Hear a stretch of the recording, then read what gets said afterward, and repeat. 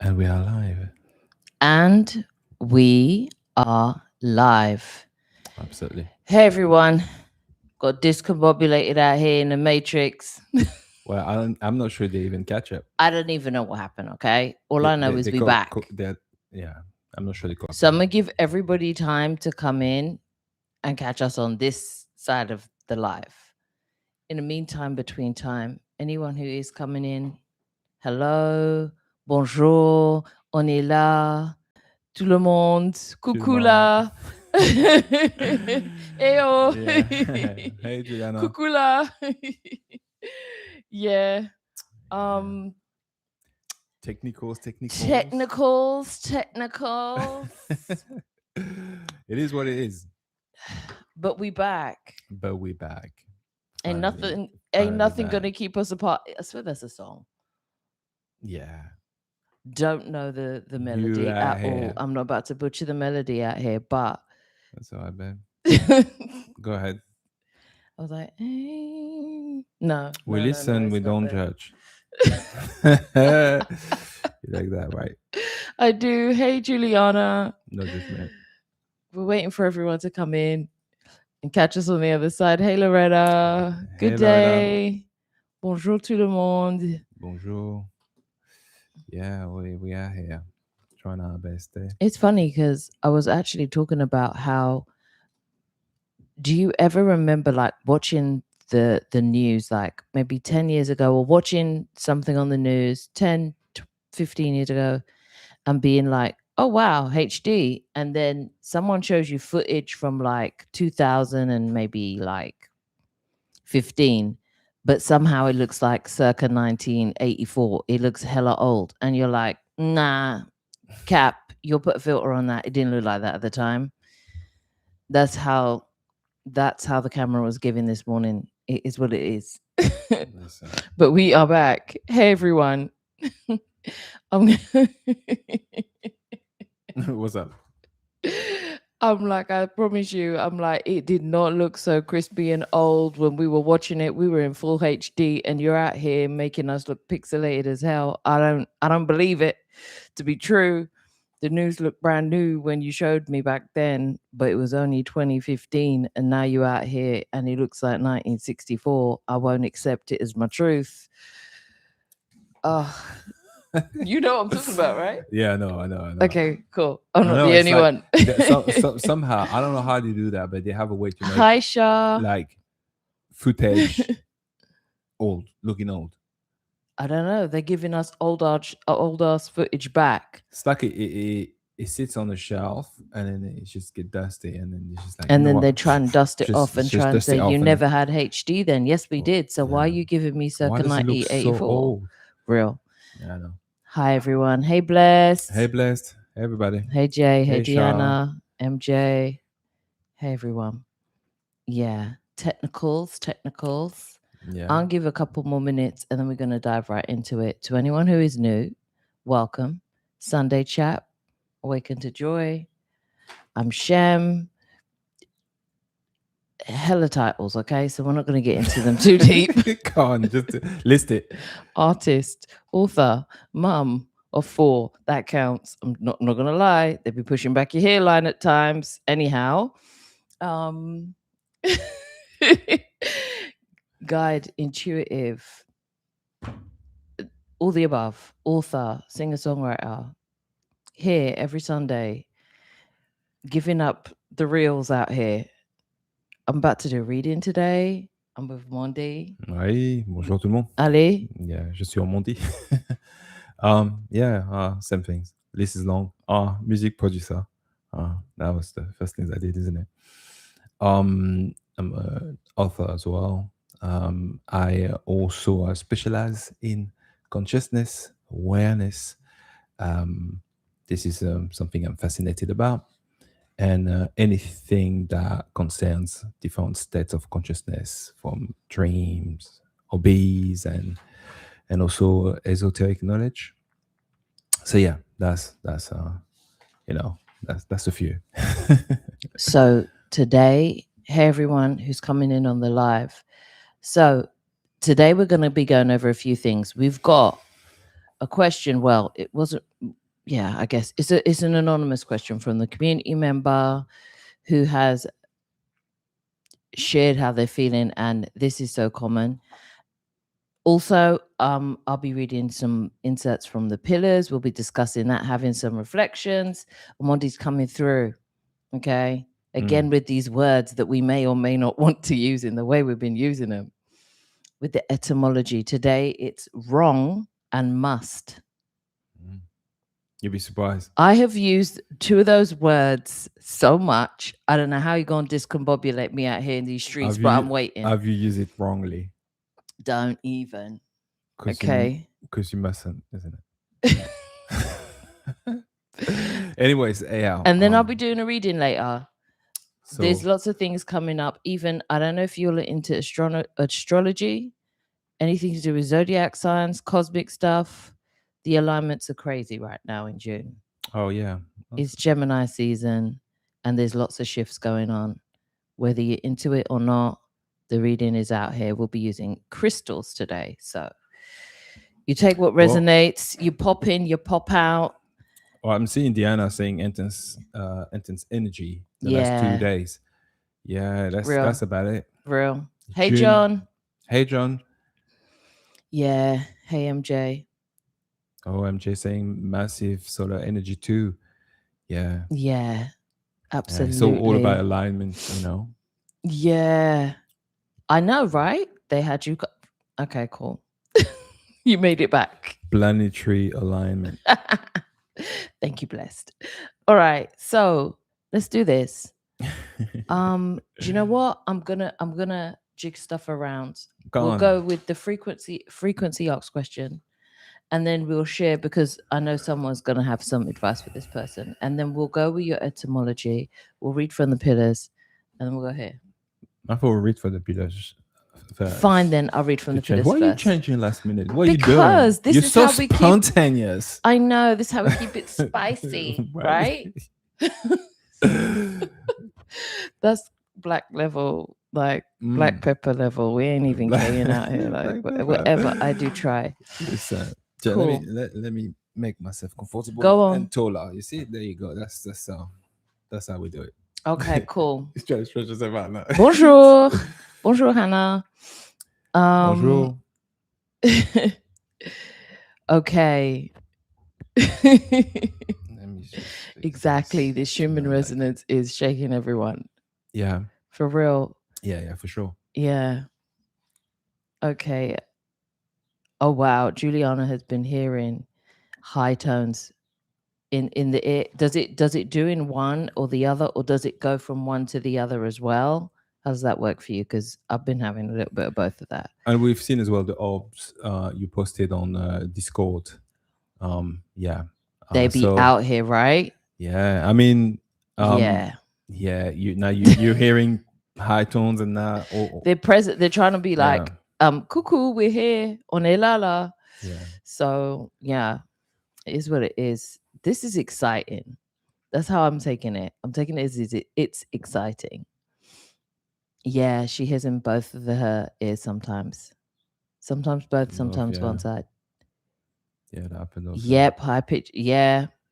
Vision too, yeah. Thank you. Yep. Smash that like button. What do they say, and how do they say it again? There's a hype, there's a like button. Smash the like button. I can't be bothered. Look.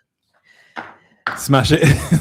Smash. Yeah. I mean, you know what? Smash it, share it, the video, do the lot. You know the usual things you hear on YouTube. Like one day, babe, we're gonna get good at this. I'm not looking to be good at this. We're just doing it. We're just doing it. Like just show up. Show up. What did they say? You have to take the rough with the smooth. Yeah. Yeah, that's what it is. All right. Hey, we don't know. Hey, we don't know. Yeah. I've been focusing on the high tones as a meditation technique. Yeah, exactly. Share. How do you do it? That's lovely. I know what you're talking about. Like when you hear it, don't try and be like, just let it happen. Yeah. Yeah. Sometimes when it happens, it can like discombobulate you. It's like make you feel not unbalanced, but it's like, oh wow, what's going on? until you're So like, this is happening. It doesn't hurt. If you sit with it, it doesn't hurt. no, it doesn't. But then you're like, okay, Mm. are you trying to tell me something? Or I sometimes are like, I'm listening. But then I only get whispers afterwards. I don't get any like, yeah. Oh yeah, yeah. All right. And thank you, John, yesterday. Thank you for everyone in the chat yesterday. If you didn't catch John's episode, the conversation, John, like I remember the conversation, but then when I watched it back yesterday, swinging. Yeah, that was interesting. Really? like on many levels. Yeah. So thank you. Yeah, absolutely. All right. We're going to be sending some loving energy towards Jay. He's a little low right now, he's saying, but we got you. We really got you. Yeah. Understand. Yeah, absolutely. Yeah. This is how we listen. Everyone's all locked in. All right. So I'm going to be reading some inserts from the pillars. The pillars of the governed mind. Today we're going to be covering the weight of holding an identity. Okay. Which is fitting for today's FAQ. This is wonderful.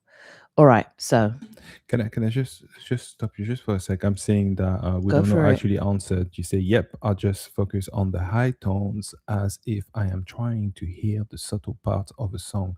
That speaks to me because I'm a sound engineer originally, so I know that I can I can really hear these subtleties. So that's a good idea. Yeah. Let's try it.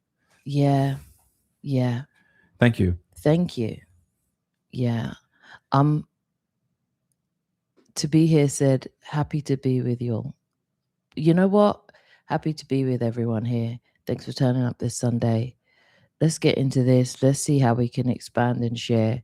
And for anyone who is not in the chats, just sitting back, enjoying their Sunday and listening, welcome in. Yeah. So yeah, welcome to everyone, and to be here. Happy to be here with you too. Ouais, on est là. Yeah. Okay, vas-y. Once an identity is formed, we hold onto it because it is familiar and has been reinforced. So whenever we are called to step outside of it, we can feel like venturing into the unknown. So we stay in roles that we have outgrown, and we maintain relationships that match the identity that we have been taught to embody. So we no longer make decisions from intuition, but from obligation, with who we believe we were supposed to be or are supposed to be. And even when something deeper within us whispers otherwise, and that whisper is persistent. I get it. Okay. This is why the willingness to move, to shift, and to release, to change the direction can feel so bound, so karmic. It's not weakness or lack of courage. It is the weight of the contract.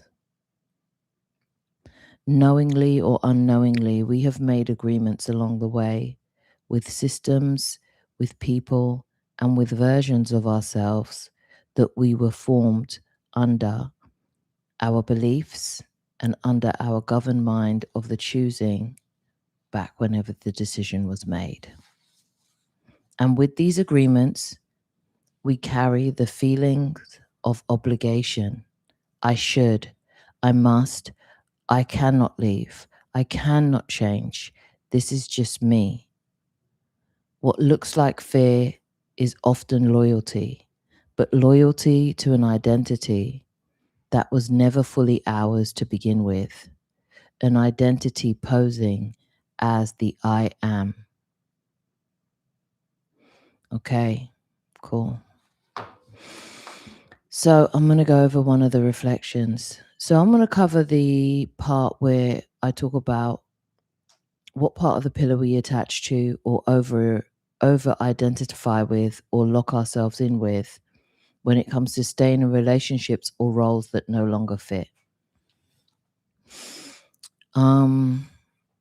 Occupation. The role defines who we are, what we owe people around us. This I can really, really relate to. Not only as anybody who comes from the creative space, anybody who is identified as like an artiste in any way, whether that be, singer, songwriter, whether you're artiste with a brush, whatever it is, tattoo artist, that it's vast. Okay. Or whether you are somebody who had a career where you were technical or supposed to be highly knowledgeable or specialize in a certain aspect, like maybe you're a specialist, like a surgeon or a nurse, or something that enabled you to have to really have a focused knowledge of a certain subject. That relationship, that identity that we have made ourselves like join through that occupation,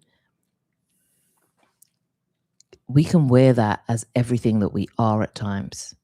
And we can even make decisions based on how we show up in our relationships based on that. Whether or not if you're, say, a nurse, maybe you're expected to always show up as the nurse in all your relationships, the healer, the fixer, the carer. Maybe if you're somebody who is like a reader, like I'm a reader, right? So when I don't use my intuition, everyone's like, what's going on? Or if I'm speaking to my friends and they're like, oh, well, I thought you would know. And I'm like, I'm not everybody's crystal ball. And it's like, you're never going to be one thing. You are having a multi-level, multi-dimensional experience. You're not meant to have these things that maybe are your occupation or your anything else, any of these identities. It doesn't mean you're locked in. This is part of enhancing your experience, being able to expand. You can move through these. You're to stay fluid like the waters. You are to stay fluid within these. So moving on, this is another aspect I was shown, that also staying in relationships or roles that no longer fit. How is this affecting us? Religion. How many times have we told ourselves, oh, I'm a Christian, so, this is what I'm meant to do. It's not Christian-like of me to da-da-da-da-da. But then we got the turn the other cheek thing. And it's like, what do I show up as? Do I whoop someone's ass right now because they really deserve it and I have to defend myself? Or am I turning the other cheek? Where are we at? Just before you go for it. MJ saying something that is really relevant here. She's saying that I also recognize where I hold others in their identity. Exactly, Yeah. MJ. So it's not just like it's a two-way street. It's a two-way street, yeah. It's a two-way street. Yeah, absolutely. And it's like asking someone to do something based on what their occupation is sometimes, and then realizing, oh yeah, that's not all of who they are. And a lot of us, let's face it, if we came through the school system, we're not our identity. It was an identity we're not our occupation. It was an occupation we didn't even want in the first place. It wasn't like this soul-aligned occupation. It was just what was available at the time or what we fell into. And people are still out here holding us to it, and we're still holding ourselves up to it.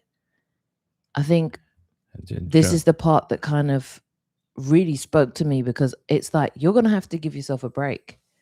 And I think in 2020, we were all asked to really step back from that. It was a chance to. It was a chance to be like, this is not all I am. Yeah. This is not all I am.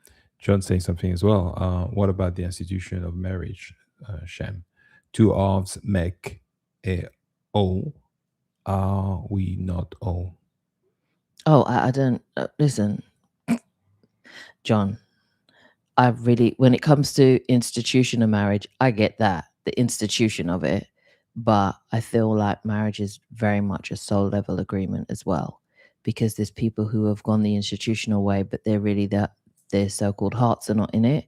And then there's people whose not gone the institutional way, and their hearts are fully in it. And there's not a soul on earth who can claim that their partnership isn't as valid as anyone else. So it's still going to be an agreement between two souls, and whatever that looks like. But I feel you. The institutionalized version of that is what it is. I've always taken it as, how do you adopt a grown-ass man or woman and then make them your family, and marriage, and sometimes, and honestly, well, I'm speaking for myself, yeah? So when I did get married, it wasn't for the sake of like, oh my God, like, I'm married. It was more like, I know that I'm already with this person. Like, I know I'm already, the girlfriend didn't fit. All of these other titles never fit. Even wife now, I'm just like, none of it fits to what's really going on here.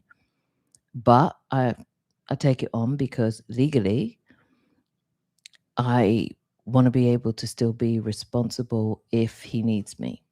So I want to be able to respond if he's ever in a state where they need to know what can we do, what is his wishes. I know that I'll be able to uphold them. It was simply that for me. And I knew that if I didn't step up and it was come down to a default parents, that was a no-go for him. So, boom, here we are. Yeah, absolutely. But I feel you, John. So another one about religion is the beliefs that are leaving us feeling in betrayal or sin or wrongness or feeling judged in any way. And how much do we carry that identity with us and berate ourselves under those rules and the rules and laws of that identity, the obligations of that identity as well. Then there's energy exchange. Years of emotional and physical energy already given, creating the feeling of debt. How many times have you betrayed yourself or felt like you've done a betrayal on some level to your own personal knowing, just out of an identity that you're upholding that you knew that you should, like, you shouldn't? And it could be something simple like, I remember the day I had to say to my mum, I'm not going to church anymore. I'm not doing it. You can fall out with me if you want. It's just not going to happen. It's not me. I don't belong there. I just don't belong there. And feeling obliged to go because it would be a nice thing to do for her. But then realizing this is her choice and she is a person and I don't have to do this. There's other ways that I can do nice things for her without having to cross my own boundaries. And I don't really love it being in a space where I feel unwelcomed or I have any negative projections over anybody or what they're saying. Like, to sit there in the pew and like eye roll at every other sentence they have isn't fair to anyone who's come in and really trying to comfort a word. So me coming and sitting there, nah, couldn't do it anymore. Couldn't do it anymore. And until I can enter back, like without judgment. Lately, a friend had been baptized and I was invited. And I went there totally knowing, like, I'm cool with this. I'm here for you. I'm representing what you're doing. I was there for her. No judgment whatsoever. Like, and then I left. And unless you can show up lovingly in the situations, I just don't show up anymore. That's it. Because that's now I'm discombobulating like my whole frequency. And I realized how much over identifying with these different IDs had me doing it. And it was like, oh, this is a me thing. This is a me doing this to me. And then once you pick that apart, you can see how you do it to others and you expect too much. And this is where expectations come in. Hey, then there's environment, surrounded by the identity so completely that stepping outside feels like disappearing. And I liken this to oftentimes my parents are everybody people. So they have always had friends from all walks of life, and I grew up in a multicultural area. So there was everybody in my area. There was Asians, there were Southern Asians, there were Russians, there were Polynesians, like everybody. It was a melting pot, right? So then when I used to go to places where it was like only white people and I was the only black, I didn't feel like I was disappearing. Though a lot of people are like, I could never do what you're doing because I need to feel like I'm mixed. And I get it. But because I didn't over identify with the Shem who knows what it is to live in multicultural society, I was fine. I'm like, let's do this. Okay. And it allowed me to be more fluid, and it allowed me to maneuver and have experiences that I wouldn't have experienced before, you know, and it allowed me to feel comfortable in my now. You know, when people say, do you feel comfortable in your skin?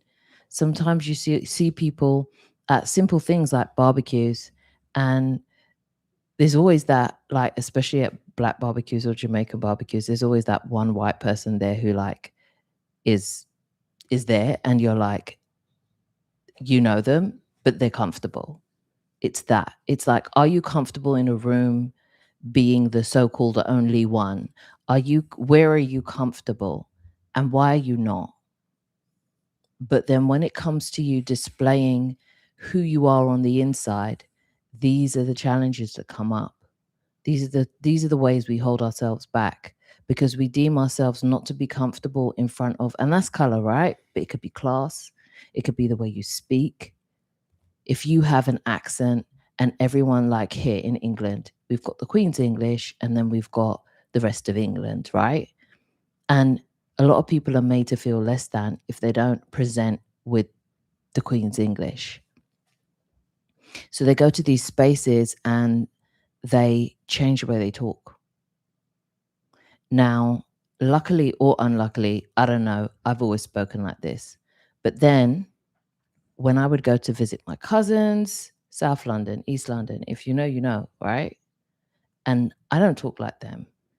They would be like, posh gal, you know what I mean? They would be like, you're posh. You are posh. What are you talking about? Like, you don't know the streets. It would be a whole thing. And it works both ways, because then you get into code switching. And what this showed me with the pillars is you can release all of that. It's not code switching, it's adaptability. You don't have to stay locked into anything for anyone. It doesn't matter. It's a costume, people. It's a costume. That's why one day you'll see me in a head tie. Next day you may see my natural hair. Next day you may see me with a wig on. Next day I might have a blonde wig. It will happen. Okay? But besides that, I'm not attached. I'm having fun. And we stay attached, and we stay depressed, and we stay feeling obligated when we are free. If we allow ourselves to be. And if we give the space to ourselves, maybe we'll give us space to others to do so. We won't point fingers because someone's decided to get a tattoo for their 60th birthday or whatever the hell it is, whatever. You see what I'm saying? So that was the reflection. So the reflection here for this is staying an act of love? Is staying attached to these identities an act of love, or an act of loyalty to an identity that I have outgrown? That's just a simple question we can ask ourselves in those moments. Okay. Yeah, there's love. It's different comments, so I'm What gonna are we actually read saying? them. Let's roll through the comments. So, John saying, I know I held people to this a lot as well, but I guess not even marriage, but going back to the succubus energy, believing we need someone else to be satisfied. We need someone else to be satisfied. I guess you mean believing that we need to be satisfied by someone else. Mm, I guess, and I'm saying Cryo as well, saying, and when your schedule is clear, what makes us look at the clock when 444 or 1111 or birth date shows upon the clock or receipt? Um, yeah. Okay, John I am not said, John, but John is me. That's what John says. I understand the contrast here as well. Essentially, that's what's happening. We don't know. You say, thanks for touching on all of this. Authenticity is so important. Uh, Craig, you're saying we deeply know the laws of the universe, I think. Yeah. I think what you touch on is the fact that we are ruled by few sets of beliefs, and instead of creating our own experience, we've created um, this grassroots experience from birth that is not ours, just yeah, based on so what is acceptable or not, what you must do or what's wrong to do. I'm not even going to touch on the idea of what's right and what you don't have to do, because that is the opposite, but it's equally distorted as well. That would be for another day. But yeah. yeah, I understand what you're saying about having the courage to just move away from that. It's a big deal. It's Yeah, like you feel like you're abandoning something. yeah. So I'm going to touch on the next part, which is the voice beneath the identity. All right. There is a voice that exists prior to identity. It does not argue or force nor seek validation. It simply knows. This inner knowing has always been present. It speaks in moments of stillness, in quiet impulses, in the gentle pull towards what feels aligned, even when it makes no logical sense within the identity that we have constructed. Sometimes it arrives as a gut feeling, and yet many of us have learnt to override it just as a pure survival reaction, an adaptation to a system that we were placed in, to feel accepted, to feel safe, to feel that we belong. And in doing so, the voice of our own knowing was slowly, gently pushed to the background. And in some instances, not so slowly and not so gently, but forcibly muted. Mm. Okay. So the reflection here is, what does the voice that exists prior to my identity know right now that I have been overriding? So I'll say it again. What does the voice that exists prior to my identity know right now that I have been overriding? And that is, Well, yeah, it's so okay, it's twofold here. Well, number one, I'm gonna actually address what MJ say, working on my new identity, figuring it out. There's the fact that I was going to say, it's difficult for a lot of us to even remember, because these happened so early on. So it's like you have to, and love us suppressed memories from our childhood and even from our teenage years, because bad times, it's best not to remember sometimes. It's how you feel. So you would have to go back there and trying to heal that. And I guess that's what the work you were doing, the quantum healing in that. yeah, But then again, there's the fact that as well, it feels sometimes that it's like sifting through an attic and not be bothered to do it and just move the fuck on, and kind of like trying to see, if not, how do you feel, like take more time to feel for things, and if you really truly like it, because that's why I say it's twofold, because you could go back. I'm not too sure that that always help, or you could say to yourself, um I'm going to learn how to feel and be, as opposed to do. And the reason why I'm saying the going back might not always be helpful, because it's like this perpetual idea of trying to heal, and you can be addicted to that.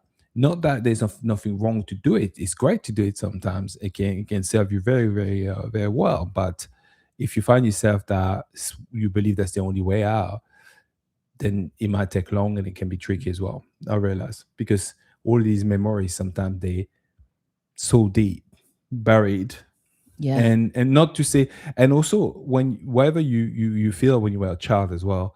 um yes, there's some stuff you like, wow, I never got to do that, I love to do that now. And some stuff is, the idea was also distorted. How you thought you love some things were also distorted then. So you have to see through all of these things.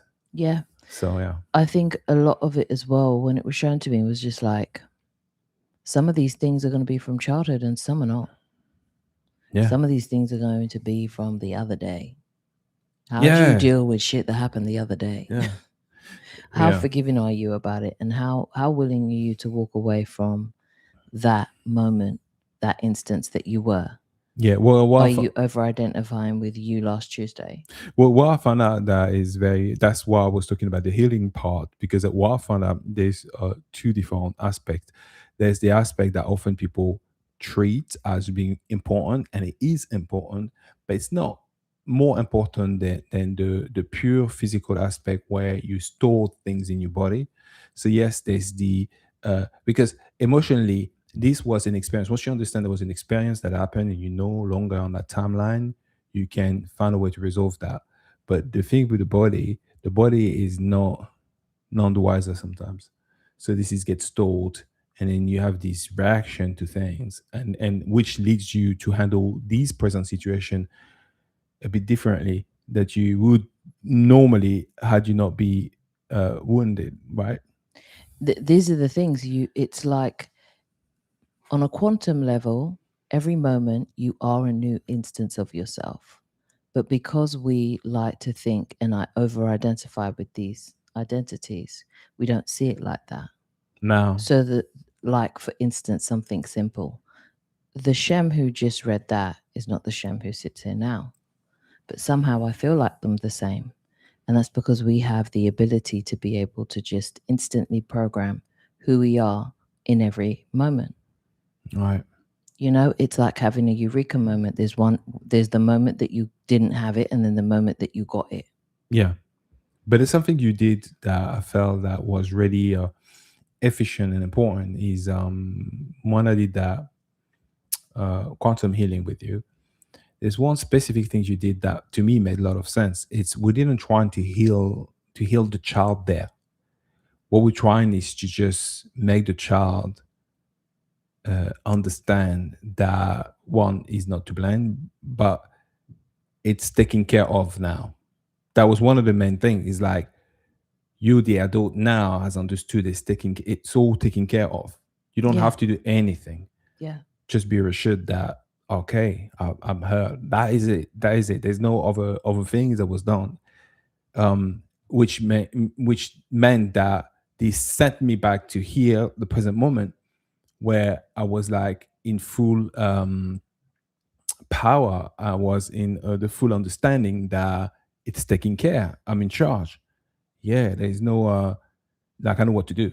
I get it. As opposed to, so the actual healing part has to take place now more than in the past. The past was more like a touching base, really. Well, this is how it was extrapolated to me, yeah? So you can do the same, but with the ID, between the ID and the I am. You can go back to, imagine yourself back to the observer state, the I am, the Yeah. voice that speaks from within, right? Right. So just as you would do, going back to your child and saying, you're going back to that inner child and saying, you are safe. I have you now. This is where you live. You are always safe. You are always divinely taken care of. You are always divinely protected. You could do that on a child level. That would be the micro level. But then on a macro scale, what this allows you to do is say that to you now. Right. But as the I am. Yeah. You see all your life that you're going through right now? It's fine. It's fine. taken care of. That's my point. It's And like it just, being in the nights. Yeah. Yeah, absolutely. And you're like, I've already done this. Yeah. I've already settled this. And then you start moving in that space. You've already relinquished these IDs. You've already heard my voice. You've already settled your waters. You've already cleared your field. You're already on your path. Yeah. And when you listen to your I am, that's all the information it will ever feed you. Anything else is some form of identity that you're trying to hold on to. Yeah. Period. Yeah. Like once that clicked for me in my experience there, I was like, that's why you had me doing that. It just all it's fell true. into place, and I was like, okay, I see, then. and I see now, John, you're saying that obviously Diana is saying gratitude is very much needed convo for right now. Yeah, absolutely. John, you're saying soul guides. John, why don't you sit with yourself anymore? So, John, okay, so you soul guide saying, John, why don't you sit with yourself anymore? And you're saying, does anyone consider the higher self as a kind of guide? Absolutely. Your higher self is. I mean, your higher self is you now. It's just that being here, sometimes we don't want to recognize it. We kind of like to dissociate ourselves with a higher self. But yeah, once you start recognizing it, there's less distortion, so you can actually be in absolute alignment.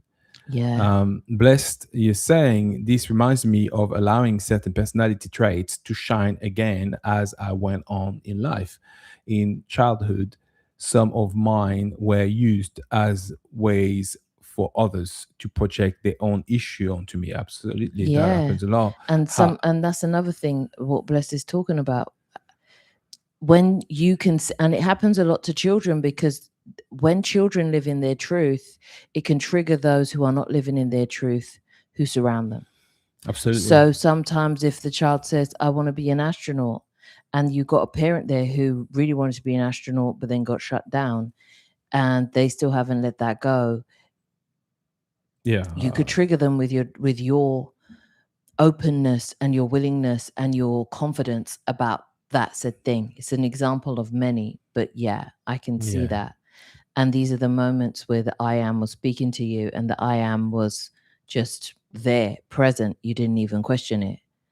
And those projection from others is what starts chipping away and making you feel like, maybe I should play this side of me small. But like I said, if you zoom all the way out, it's just impossible. So You can't. It literally is just playing it small. You're playing at this point. absolutely. We're all playing. So Yeah. blessed, you saying hard for a child to deal with that. Yeah. MJ saying yes, catching myself in a reaction and taking a breath to stop, drop judgment and observe, like Corey says, then see Yeah. what's up. Yeah. Yep. Diana is saying absolutely. Creo, the shame that is just with that a few minutes younger than this present time. Yes, absolutely. Basically. Our human self, that's what Blessed saying, our human personalities cannot fully hold who we are beyond the form. uh, it uh, it will make sense that one enters different modes depending on circumstance. Yeah. Yeah. And that's the whole point of having an identity or coming in with the avatar that you had. It's also that you can enhance the experience that you have set out for yourself. Yeah. So I used to ask myself a lot, especially going into a school, like, I came in with this avatar, and it might not ring true to a lot of people, but some will be able to relate. I have really curly, kinky hair. My mum does not know how to handle curly, kinky hair. So I'm like 6 years old, like, why have I got curly, kinky hair? And why did I pick a mum who doesn't know how to handle curly, kinky hair? What did I set up for myself? But I also realized as I got older that it's some of the most versatile hair. And because I grew up in a multicultural um, environment, I was able to see some of my friends would tell me like, "You're so lucky to have that hair because of this, that, and the other." And what I'd seen as something that was a curse to me at the beginning, I slowly realized even back then, oh, I wanted versatility. I wanted to be able to do whatever, whenever. And I was like, yeah, it is versatile. And then sometimes being that reflection for somebody else allows you to have to look at what it is you have in your hands. And it's not so bad. It's not so bad at all. It's actually awesome for your path.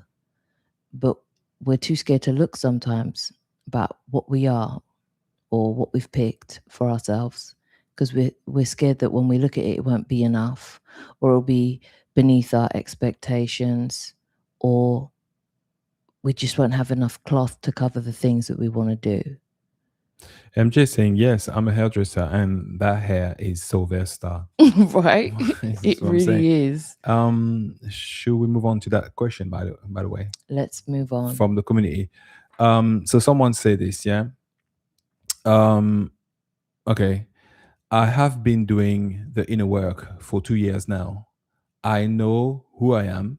I know my sovereign truth. But every time I try to make a change in my life, leave the relationship, change the career, step away from the family dynamics, Let me say Dynamics, yeah. dynamics, yeah. It's all right. There is this voice that says, I must not, I cannot, it will be wrong, and I freeze every single time. How do I move when everything in me has been programmed to stay still? Well, yeah. Well, I can relate to that. Um, do you want to start talking about it? Absolutely not. Absolutely not. How do you move? Yeah. Well, It's a big one for us moving yeah. forward. It's a huge one for I will us. say this. I'll say I'm gonna start by the beginning. Inner work is the thing.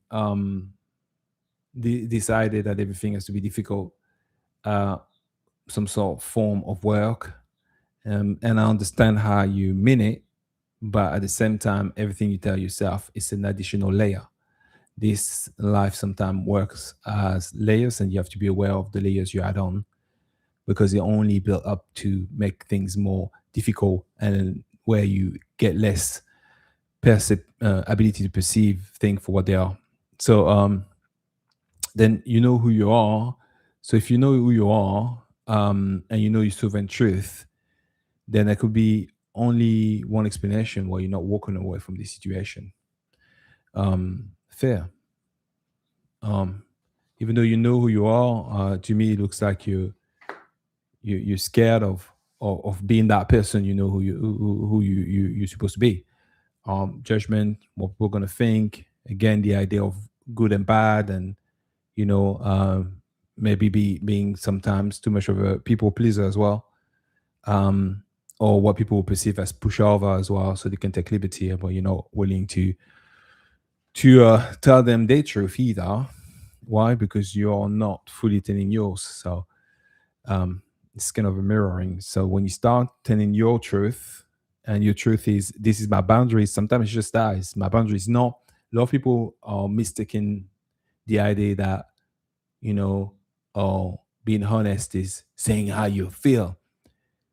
No one care about your feelings, and I'll tell you why. Because feelings, it's about based often from an emotional response to a bunch of parameters that's already been implanted there, and you're not necessarily you when you feel that way. So I'll give you an example. You might have an argument with someone, and then you say, oh, this makes me feel that way, or it makes me feel that.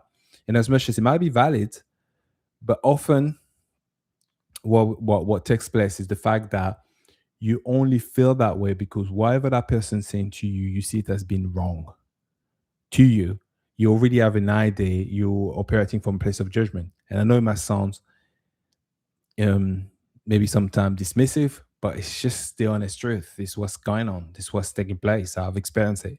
And you'll swear down like, oh no, that's no, I don't do wrong to anybody and stuff like that. Well, that's for other people to say as well, because that depends the way they feel as well about what you do. So you do have to reach that true honesty with yourself. And I think that once you have that courage, that's where you begin to start, be aligned with your true self. And whatever will, stick will stick, and what doesn't, naturally you'll see. You won't even have to be in confrontation. Sometimes people who are not supposed to be around you will just fade away. So it's more than the idea of having to do something. It's just to be. It's just to be. Once you are that person, like you said, you literally said that. You say, this is your words. You're saying that, yeah, I know my sovereign truth. I know who I am. That's why you're in conflict. So the best way to handle that, I've noticed, is take out the judgment. Truth is, help people, Not all the time. Some people don't hurt, but they hurt people. That happen. But there's also where you could probably have a little compassion. And trust me, I had some situation with people very close to me. And for a while, it was difficult to just, accept that. I was just thought they were a bunch of bastards, I'll be honest with you. Um, but I had to just get on with it and be like, you know what? Yeah, maybe this is just a mirroring of what's going on inside of me, and perhaps they've got their own sets of struggles, and they feel the same way I feel about them with the person that hurts them in the first place, which leads them to take that decision. That might not be the best decision, to what I think they should take, but that's their own personal experience. So I've got to accept it. There's a lot of taking responsibilities for the situation, and that's why you right now it's more of a question of yourself, but it's a question of courage. Can you master the courage to just really like remain in your alignment? But don't worry, that's something we all uh you know have to deal with. It's not always easy. So that's what I say. So I'm like I've been a bit blunt and sounds maybe a bit harsh, but it's just I guess, my honest truth. You said it. Mm. You said it. For me, it's somewhat similar, but as a post overachiever and people pleaser, I would say that when you go through a state of disconnecting with your sovereignty, but knowing better, it is a very painful journey and it's self inflicted. And there's going to come a time where you've stored too much of it in your body and it starts showing up in your health and it starts seeping into every other part of your life until the whisper becomes a scream. And there has to be a way to release it. You can release it compassionately, but again, that's going to take the courage to start being honest with yourself first. And part of that is like, yeah, I am too scared to have this conversation with this person That's okay. because I am scared that I will lose them. Or I am too scared to say this to this person because I know what their reaction's going to be. And I don't feel like I need to hear that right now because it will hurt too much. I don't feel like sharing this with this person because I know if I do, then I will hear criticism and I will be torn down for where I'm at or what I believe or how I feel about how I want to conduct my life. But as you slowly say these things out aloud to yourself, you'll realize where your boundaries lie and where you have allowed other people into your garden. There's a slight difference. There's just a subtle difference. And a lot of the times, these identities based around shoulda, woulda, couldas oblige us to betray that which we know is not serving us. Like, it's not good for you, you do it anyway. Why? Because you have to. That's your explanation in the moment. But you know what's good for you. And that's what makes you feel guilty. And the cycle begins. And you go through this looping. But who is in charge of your energy? You are. And this is why people end up feeling lethargic or getting disease in their body or creating reasons in their life why they're going to have to pull away. If you do not have that honest conversation with yourself and then do the aligned action, your energy field will forcibly make you. It will come out anyway. We are energetic beings. So something's got to give. Divine order has to be in place. Universal order, call it what you want. The scales have to be rebalanced. If you're walking around overgiving too much in one area, it will be balanced out in the next. This is just a sheer case of us having the courage to consent to a life that we actually want and not consent to a life we do not. Yeah. There's something you said that was really interesting as well. Is this idea of overgiving and being in a situation where you end up to overgive to somebody. um this is where I think honesty comes in. I often I remember being around people that claim themselves being honest, and in a way that's why it appeared on the surface. It was like saying things like really like you like this, but they were labeling people, which I thought, are you really honest or you trying to hurt people's feelings? And then and then find myself in sometimes being, you know, overgiving and giving too much. But then there's some things that I realize, yeah, that is because I have to be honest. I'm giving so much, but I'm taking from someone else. So someone has to give me so much as well to Yeah. fill that back my cup. And it's why I realize honesty, forget about these people who just say on the surface they're honest and they just only going around and hurt people's feelings. When you take away the idea of good and bad and right or wrong, then you give yourself the ability to be a lot more honest. And Shem, you said some things for me that resonated. If you're not ready to be courageous, that is an honest response to your situation. That's honest. It's like, I'm just not ready to do it because it means too much for me right now. And that's the step one, because then you can gradually start doing maybe baby steps, but it doesn't have to be like I said, that's why I say it doesn't have to be hard. It just have to be there has to be an easiness about it. And the This is easiness where, is to admit that maybe you're not ready. And that is an honest truth. and that's where self-love is. Yeah. It's not in the face masks and the spa days, though it can be. Yeah. It's in those moments of weakness where you're like, I'm holding on to the Shem who feels like she needs to be called daughter by this person. But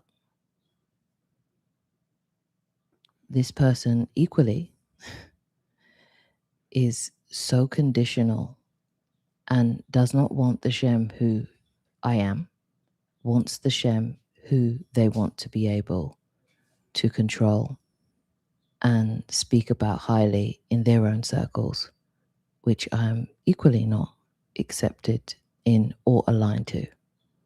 And I take it because these are the conversations that you have the courage to have to say to yourself. If nothing, you don't have to act on shit. You really don't.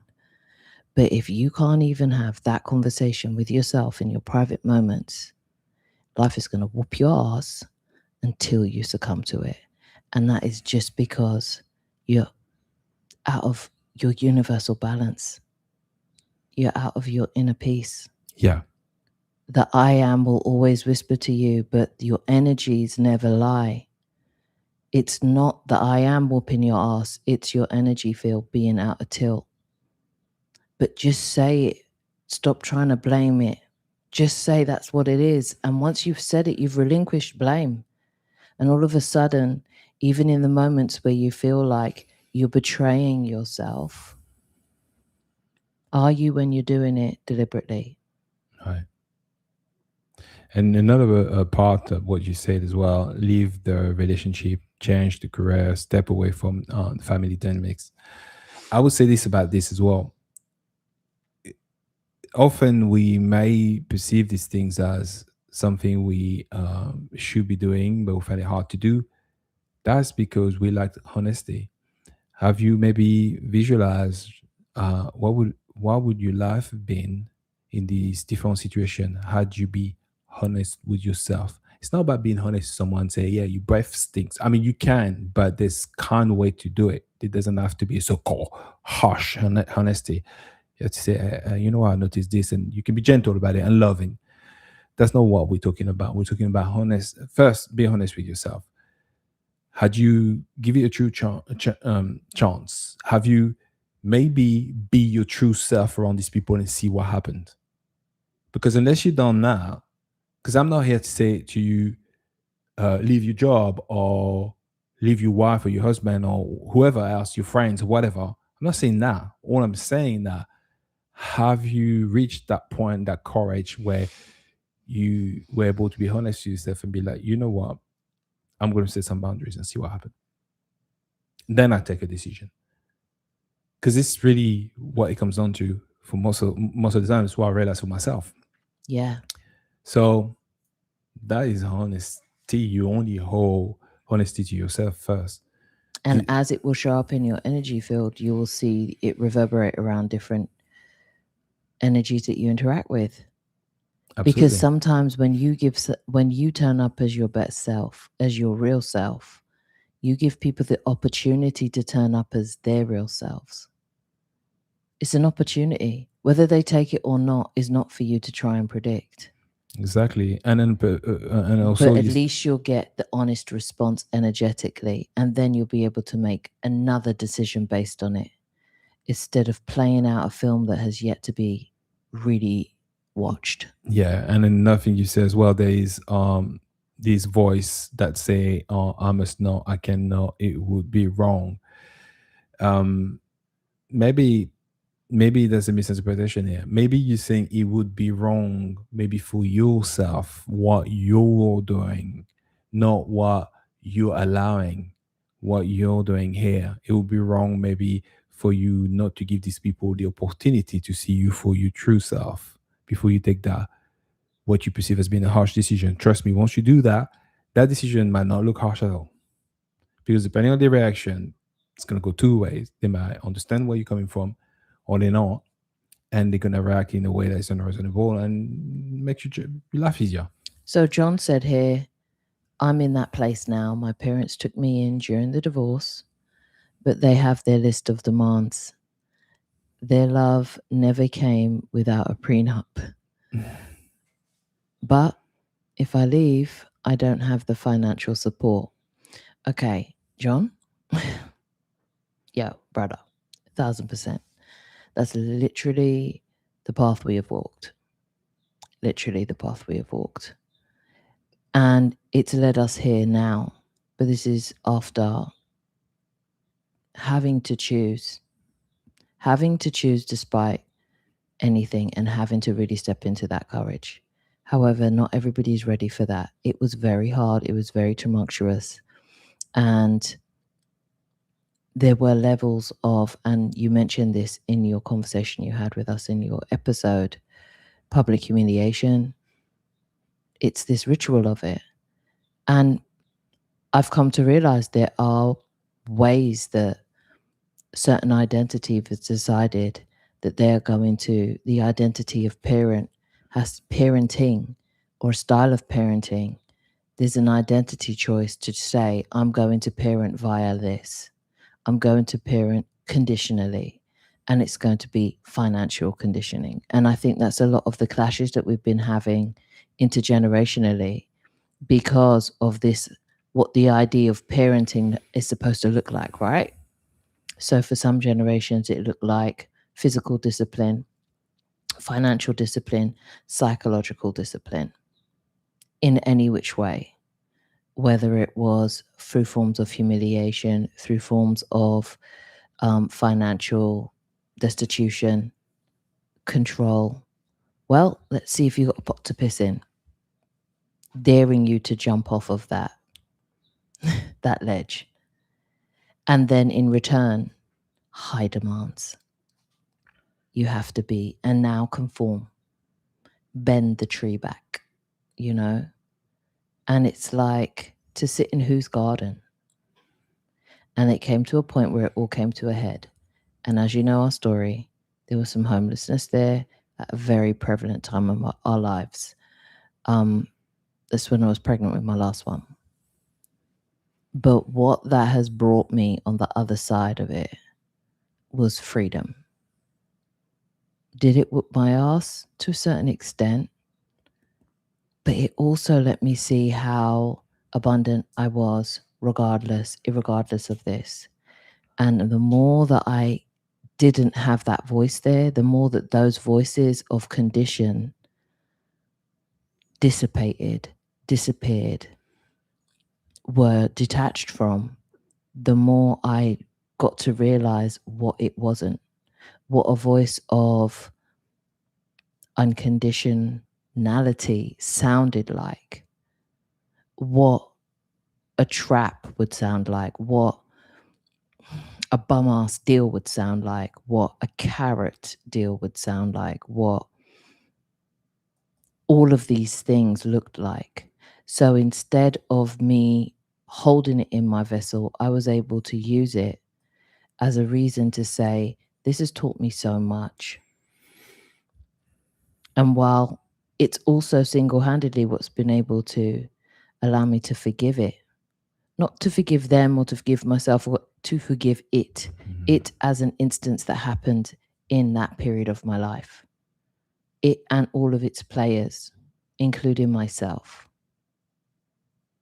Because now I'm at a place where I was even possible, available, allowing myself to have these downloads and then come to these further realizations.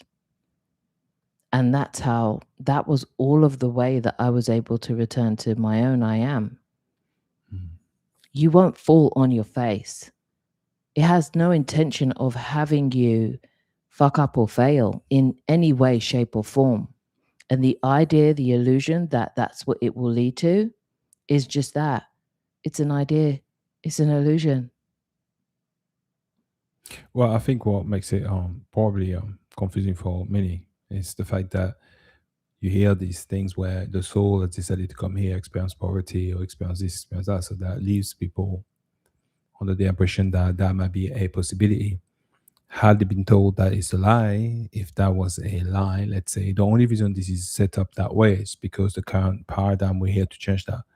So I don't think any soul now is coming for that purpose anymore. I think we're trying to wrap it up and heal it, break heal it, these yeah. ancestral beliefs, contracts, karmic ties, contracts that were signed before we were even here. Absolutely. So because they came in tied to their own IDs, absolutely, with their own beliefs, yeah, at their own form of the cycle. And we came in at this stage of the cycle to do something else. And that's because we can do it. So it's within us, no matter how difficult it feels in the moment, it's possible. We never walked in here to fail. We wouldn't set ourselves up for failure. Yeah. That's another lie. That some of us are going to fail. No. That's part of it.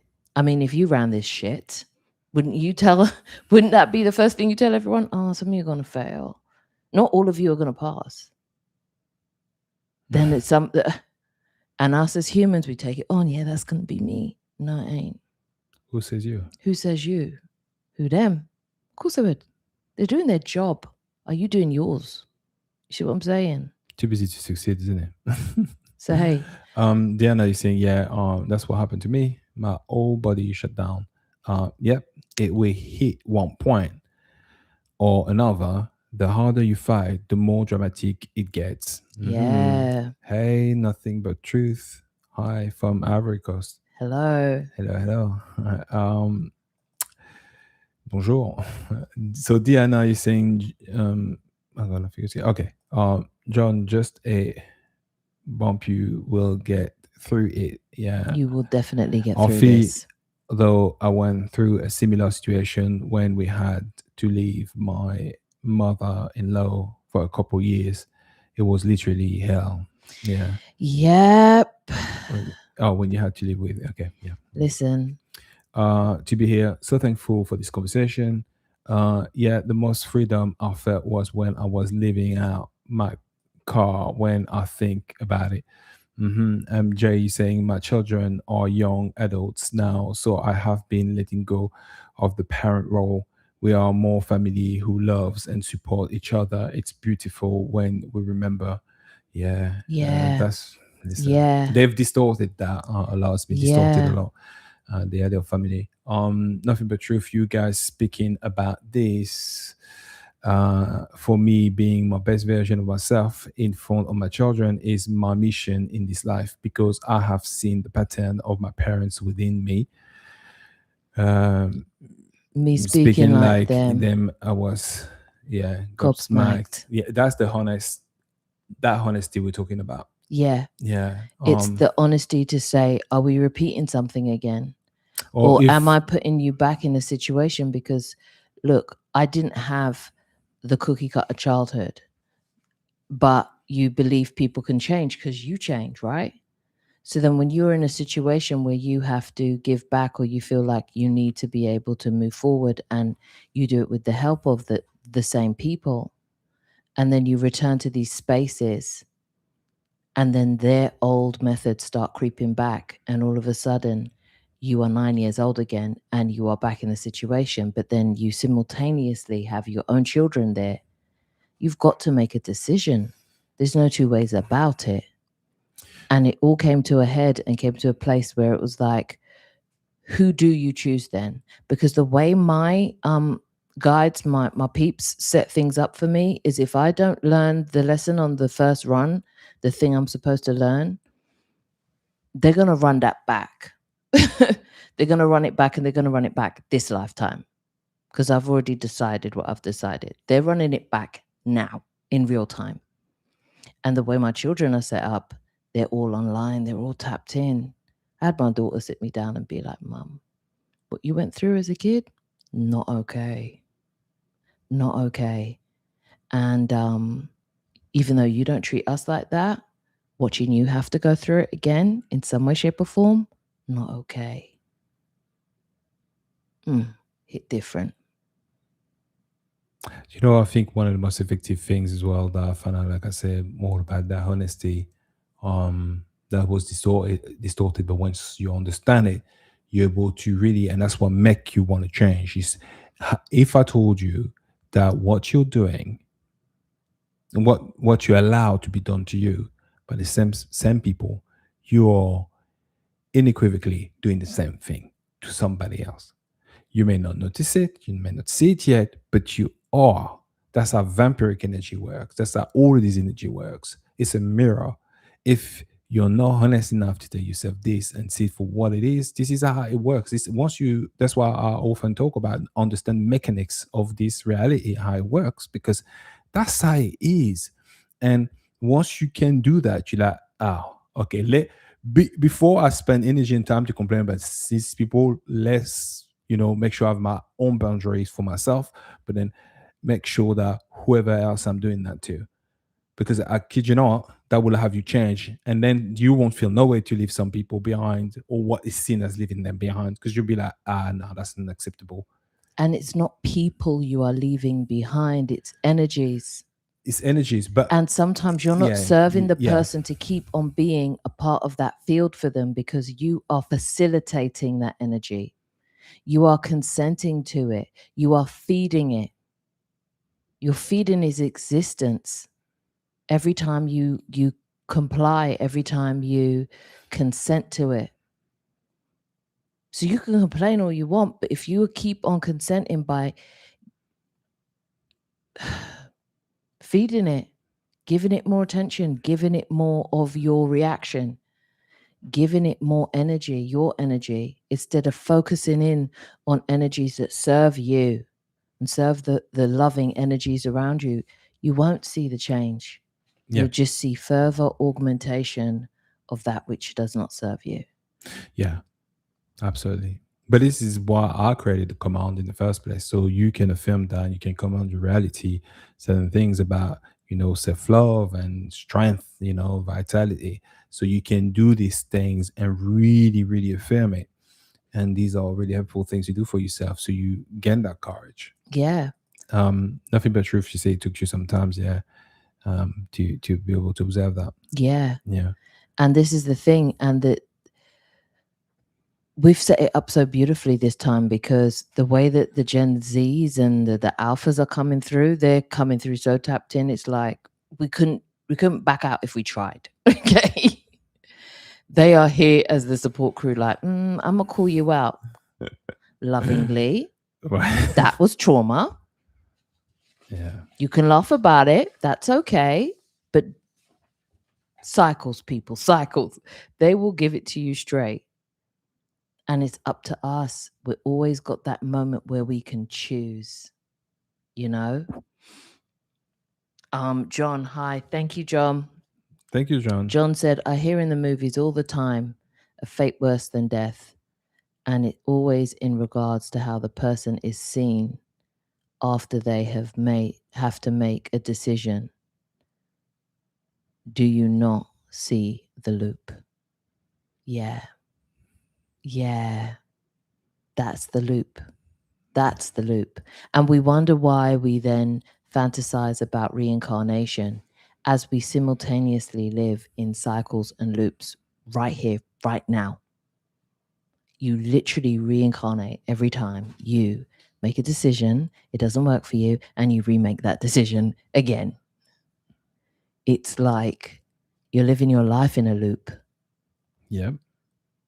So you reflect it on the other side with this reincarnation. I've got to do this again because you're so used to doing it here. You're so used to doing it here. And that's where the I am comes through and says, you haven't got to do it here. So you don't have to do it again.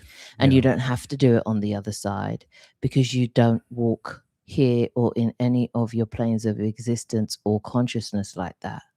Yeah, and I think as well it's these ideas that, good and evil, when it keeps you to perpetuate these cycles. For me, I just decided now to not even indulge in that, because at the end of the day, the I am and all that is, that's only what matters. Yeah. And the now. So yeah, someone does stuff that people perceive as being deplorable. It is what it is. It's just that of which you witness as consciousness, and now you decide how you're going to feel about it. But that's how far it goes. Yeah. And but this title we give and that is these words. Yeah. It's what often keeps us there. So Nothing But the Truth said, Grandpa is that this is your kid, I'm assuming, yeah. Grandpa is saying that he is so sorry for what happened between you. He's apologizing to you. He's like, guys, no. I was in awe for days. For days, my 9-year-old, one boy, is also speaking about, yeah, these kids are coming in knowing from the jump. Yeah. Like, yeah. And they'll clock it and they'll say it, and they don't hold it, they don't second guess it. And it's a beautiful thing to see. And if we allow it, those are support systems that we have called in. Are you allowing your support systems to support you? Are you supporting them back? And in which ways? It doesn't have to look like days of yesterday, because we've moved on out of that loop. Yeah. We are able to be our reprogramming. We are able to be our higher selves right here. You already are. You've just been in a loop that told you that you weren't. All of these things, guys, are available to us right here, right now. Yeah. Right here, right now. Yeah. Okay, we're going to move on to the MJ etymologies. saying those commands are spoken over me as I sleep, reprogramming my reality. We're glad to hear that. Wonderful, Yeah, MJ. wonderful. Yeah. So thank That's you really great. for saying that. That's Yeah. lovely. So the pillars, the commands, all of those things available on the O's888.com. And yeah, if they resonate with you, go pick a copy up and use them as tools. Yeah, have at it and Have at it. see how it makes you feel. See how it makes you feel. Mm. All right, babes. All right, Let's run let's spit these through these two words. etymologies. Yeah, they're not complicated words, but there's a lot of energy behind them. Um, so these words are classified what we classified it in this upcoming book we're doing about know your words, know your power, identity and judgment. So wrong, right? So that the origin of wrong is old English, Old Norse, and Proto Germanic. Now, when you see the origin of it, it's from quite of different places, right? So that tells you a lot already. The etymology of that. So Old English wrong, it's rang. WRANG, which means That's patois. Okay. I I just want know, to tell you right but now, that's listen, Jamaican they are here in patois. Jamaica Them out speaking here, old, them old, rang. them rang. Them So rang. rang. So Rotted them rang. Okay. So old English. No, this Last is time, good. last I love it. interjection. I love it. So old English, WRANG, twisted, crooked, that which is bent out of its natural shape. That's what it means. Now, from Old Norse, now I don't know how I'm going to pronounce that, but I'm going to try. So it's rangr. So RANGR. So Ori and just crooked. Crooked. Crooked. It don't make no sense, but this is the one. Crooked. Time. No, I know. Crooked. You're right. Like No, I've it. heard it before, but crooked. I know, but yeah, you didn't. Yeah, didn't do anything wrong. no, that's it. That's it. You're right. So crooked. Now the other one's from Proto-Germanic, rangas. Related. Sure, we could have used that word. Rangas related to rigging, to ring, or to twist. So the same root give us ring, wrangle, wrist. Wow. Wrist. Yeah. All carrying the sense of turning or twisting. So that is what it is, right? Don't get it twisted is like don't get it wrong. It's the same thing. Don't get it wrong. Don't get it wrong. How do you say wrong? Wrong. Wrong. Don't get it wrong. It's funny. Oh, don't get it crooked. At its root, wrong simply described a physical state, something bent out of alignment. It was never a moral verdict. It was a direction, like a path that had veered from its natural course. The governed mind, the government, the institutions turned the description of being misaligned into a judgment of character, basically. So now when you hear wrong, it's because the institution as we know it, they've decided, okay, so let's use that as a level or personalize, description of someone that, doing something we don't agree with. So the distortion is this: a moral verdict on a person's worth, choice, or nature. Evidence that you are broken, bad, or fundamentally flawed. A final judgment handed down by an external authority, a parent, a teacher, a society, a god. So the frequency that was originally intended to be a signal that something is out of alignment with your own sovereign truth, not with someone else's expectation. Useful information about direction, not a verdict on your character. A temporary state of misalignment that can be corrected, not a permanent identity. So the shift, it would be, instead of saying I was wrong, so you could simply say that was out of alignment with what I know, with what now I now know to be with what I know now to be true. for me. That's what you could say. Or you could say also, I had information then I do not have now. I move differently with what I knew. Okay. So whatever you done is like, yeah, you acknowledge the fact you had this information, but you you moved according to this information, I guess. That's the more Yeah. yeah. It is, and you know what? It's funny because one of the things you often hear, you don't know until you know, right? You So don't. if you You knew can better, you would do better, right? yeah. So You it could. is just what it is. It is what it is. You can Yeah, only move with the intel you have at any given moment, right? yeah. So the So opposite of wrong then wouldn't be right. It would be straight if it's crooked, yeah, or it would be aligned. it would be aligned. The opposite of wrong is aligned, would be aligned. Yeah, yeah, exactly. Because the distortion is based off of a judgment to just characterize someone for what you deemed to be okay to do or not okay to do. I got As another a word. I've got another word you could do. I would like you to do right as well at some point. yeah, we'll do. Thank you. It's only right. Boom, boom. Yeah, so something that felt crooked. Mm-hmm. Yeah, something. Yeah, something that felt crooked. I'm finding my way back to what feels straight, and that's why you say straight. It's actually a Aligned. way you could say it. Love it.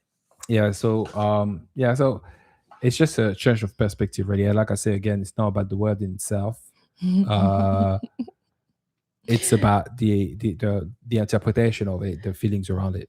So MJ's like, yeah, seems like we already kind of figured that one out. And that's the thing. They Yeah. tell you don't speak in slang, right? But we've been saying, like MJ's pointed out, we've been saying don't get it twisted. Yeah. Or yeah, I got it straight. Have I got Yeah. this straight? And often we're like, oh, you do not talk in colloquialisms. But the truth is the colloquialism is the real out here. Yeah, Right? it's Because we say, hey, don't get me twisted. Yeah, but it's Or often, don't get it twisted. if And you- we'll say, listen, have I got that straight? But yeah, it's why. But if you think about it, think for a minute why how this was birthed, and that's not just in English. Every language that has some sort of slang in truly the way you feel, like your true essence. Like when something didn't feel okay for you, you just expressed it. So it kind of expressed itself more naturally through the language and makes sense. So when someone say something, it's like I never heard that before, but it makes sense. Sometimes even when you tell me certain things in English, and I was like, that was the first time I heard it, and I was like, wow, that makes sense. It just makes sense. Yeah. And I'm like, why don't we speak like that more often? And often that's why speaking in colloquialisms is more widespread than trying to speak the so-called king or queen's English or whatever the news speakers English is, or Well- news speakers version of whatever language is, because often that's the one that's twisted, right? Right, and it's why the House of Parliament is not relatable. I'm just saying. and many of those houses. How many of these houses? But it's a right? house, which means you see what's going on in your house. None of my business. None Woo! of my business. All right, let's go. Must. Yeah. So must. Old English, Old High German, Proto-Germanic. So Old English must is must. M-O-S-T-E. I guess you pronounce it like that, right? Must. Yeah. Okay. Past tense of motan. Never heard that before. Meaning to be allowed to be permitted, to have the opportunity to. From Old High German Murzan, to have space for, to be free to be at liberty. From Proto-Germanic Motana, related to mitan, to measure out, to give room to. At its roots, must was not a command, it was permission. It meant you have the space, you are free to. The same root gives us meet, as in fitting, appropriate, suited. What is meet and right? The institution, your governments, etc., all the institutions, schools or whatever, invented it completely. turning you are free to into you have no choice. One of the heaviest obligation words in the language began as an expression of freedom and space. Yeah, it's real. Whoa. It's real, So, right? and this is what I was telling people from back. Do you know what? Listen. Intuition 2020. But And you then they should. try and discombobulate your girl out in these streets with their language. They fumbled the bag, not They me. did. You must do your homework. Okay, girl. Right. So thank you, Diana. Thank you, MJ. Yeah, it is an interesting perspective, isn't it? I got the freedom to. She said that that is a crazy swap. That when, is a when I crazy found that swap, out, I right, was like, oh MJ? my. And you know what? I'm going to now. It leads me to actually probably do the French version of it. And it's very similar, even though it's French sounds completely different and Comment tu dis in must? English, doit. C'est la droit, c'est la right. It's Yeah, your right. it's your right. So it's the best of the same thing. Don't forget, Love Laws has been written in English or written from the French. Yeah, French laws. So that is. Do you know what? Trust the French to be implicated in all anything in this world. Trust me, they are here. So, hidden distortion, an obligation imposed from outside. You have no choice. This is required of you. A word of pressure, duty, compliance, carrying the weight of consequences if refused.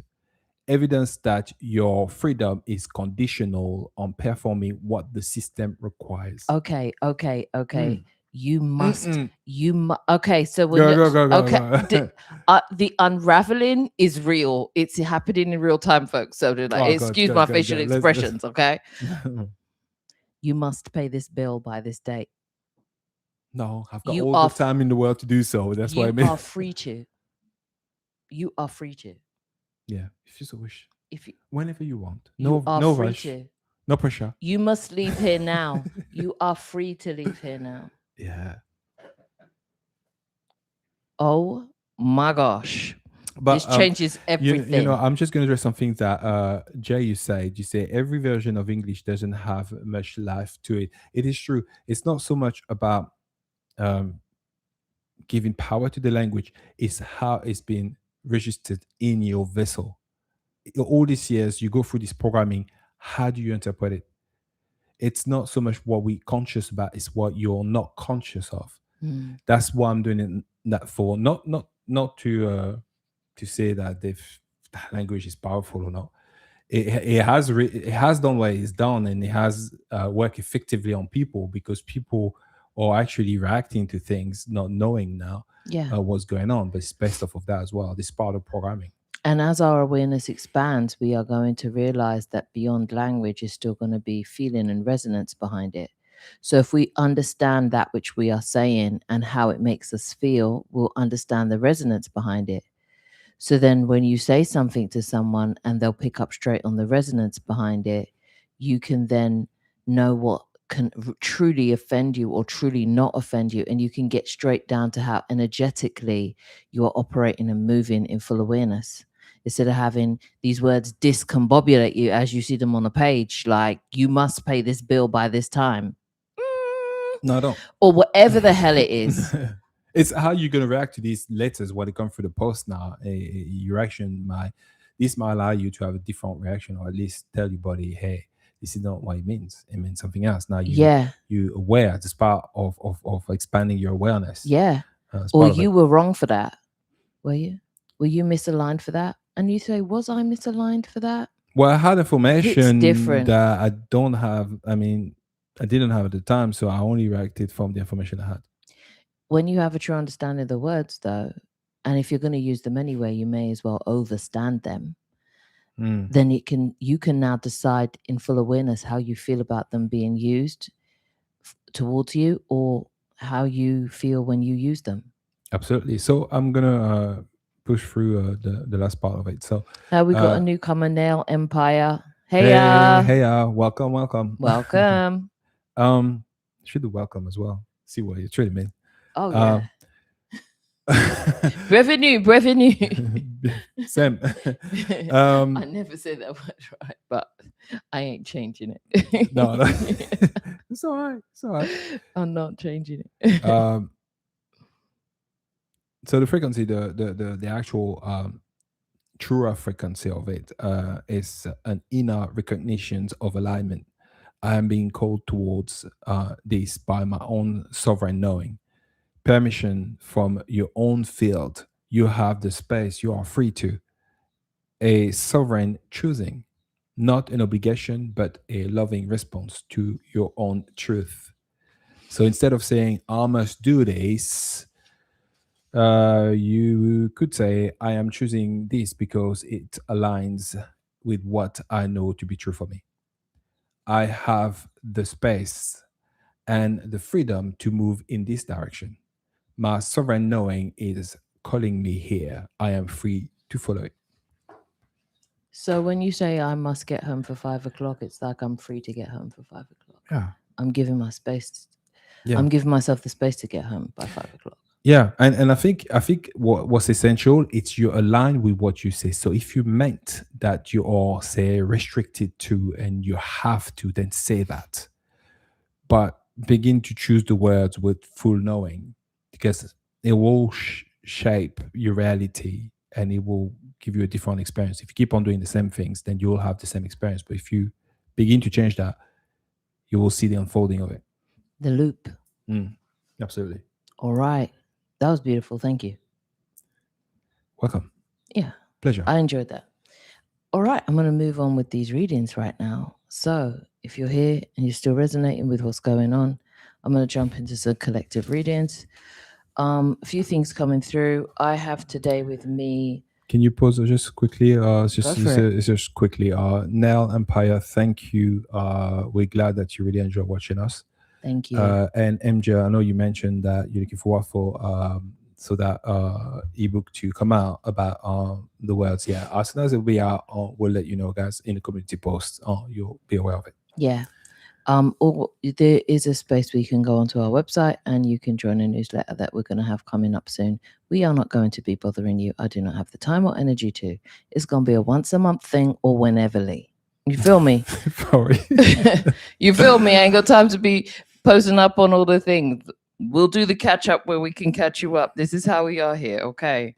So today we are going to be doing Woodland Wardens. Oh, yeah, I like that's where I'm feeling into. Nice cards. I've been called to do Cosmic Magic Oracle, and that's because we have got this big cosmic alignment happening right now in Gemini season, and that's opening up many portals, a lot in our lives, whether or not you resonate with being a Gemini or not. Just cosmically, things is moving.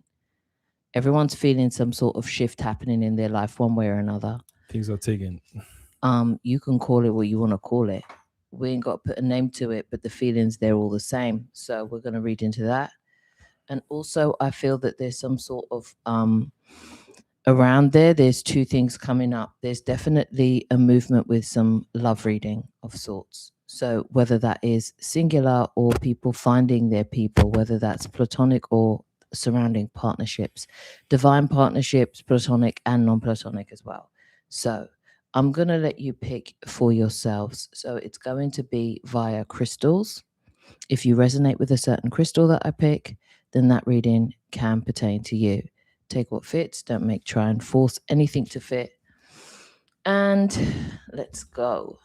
All right. So, I'm saying, so John say, what if I don't want to leave? Then don't. Yeah. So Diana, I say the deck is on my list. Hey, the Woodland one. Okay. Okay. John, you're saying, as always, you're free to read my energy like a Hayao Miyazaki anime. Okay. All right. Cool. Okay. Thank you. We got the 3 cards here. Oh, 4. Oh, well. Which ones? Those are together. All right. I like that. Yep, 2 fell out for this one. So I'm going to butcher these names as I always do, so gracefully. Okay, so let's go. We got Bloodstone, which is called heliotrope, and we have Kambaba, which is Jasper. You All did right. well. Well, you did well. I do try. You did try. All right. If these two stones resonate for you, then the first reading will be for you. You pick. That's going to be for reading number 1. Reading number 2 is going to be Celestite. Celestite, I think. Celestite. Hey. Celestite, probably, because sometimes they like to pronounce the T-I-T, Tite, or sometimes. Celestite. That's going to be for reading number 2. Celestite, If they all Celestite, resonate, whatever. then you can stay or whatever. Just listen, do you? And then we've got green Aventurine or Aventurine. Yeah. So that's going to be for number 3. Okay. All right. Let's do this.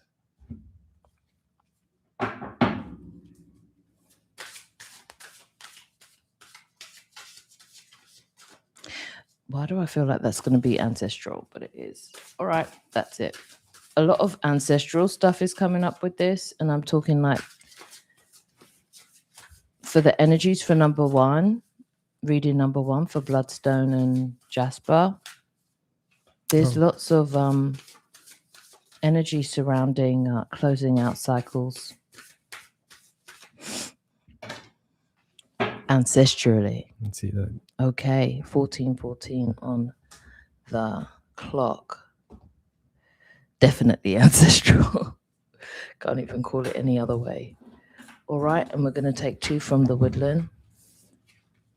Something that you...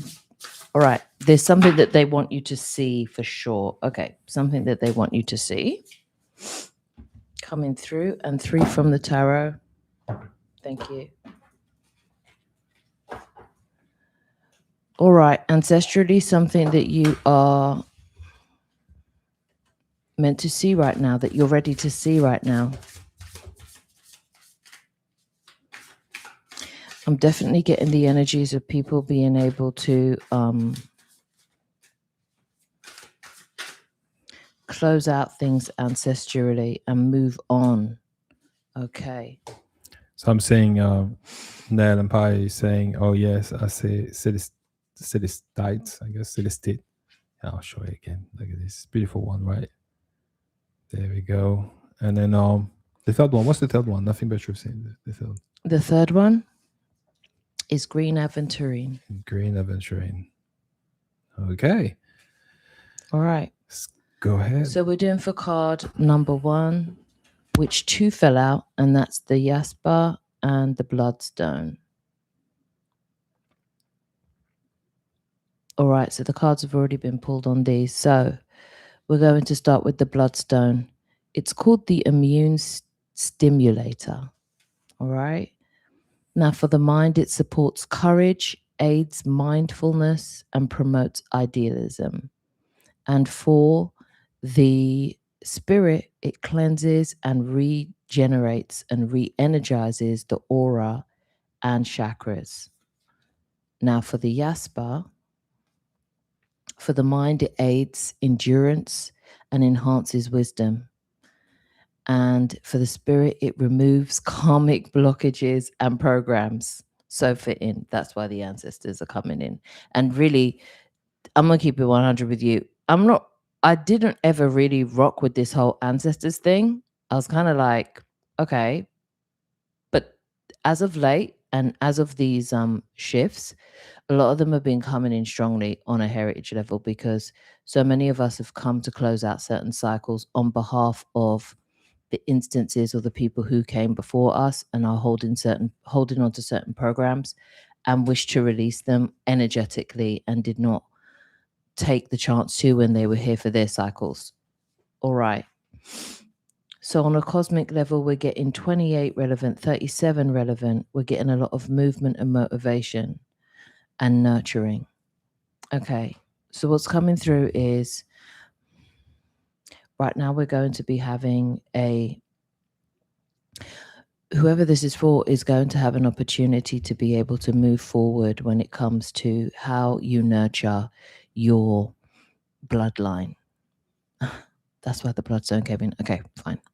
So there's going to be a nurturing of the bloodline and a different way that you do things and a different way that you decide what motivates you. Before, where generationally you may have been motivated by the belief behind hard work or the belief behind what it meant to be calling yourself a certain thing from a certain country, your motivations have shifted now.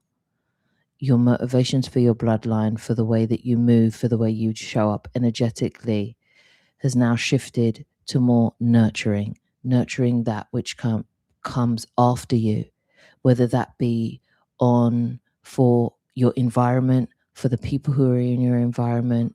And that doesn't mean just as parents, that means you are seeing this for your wider society.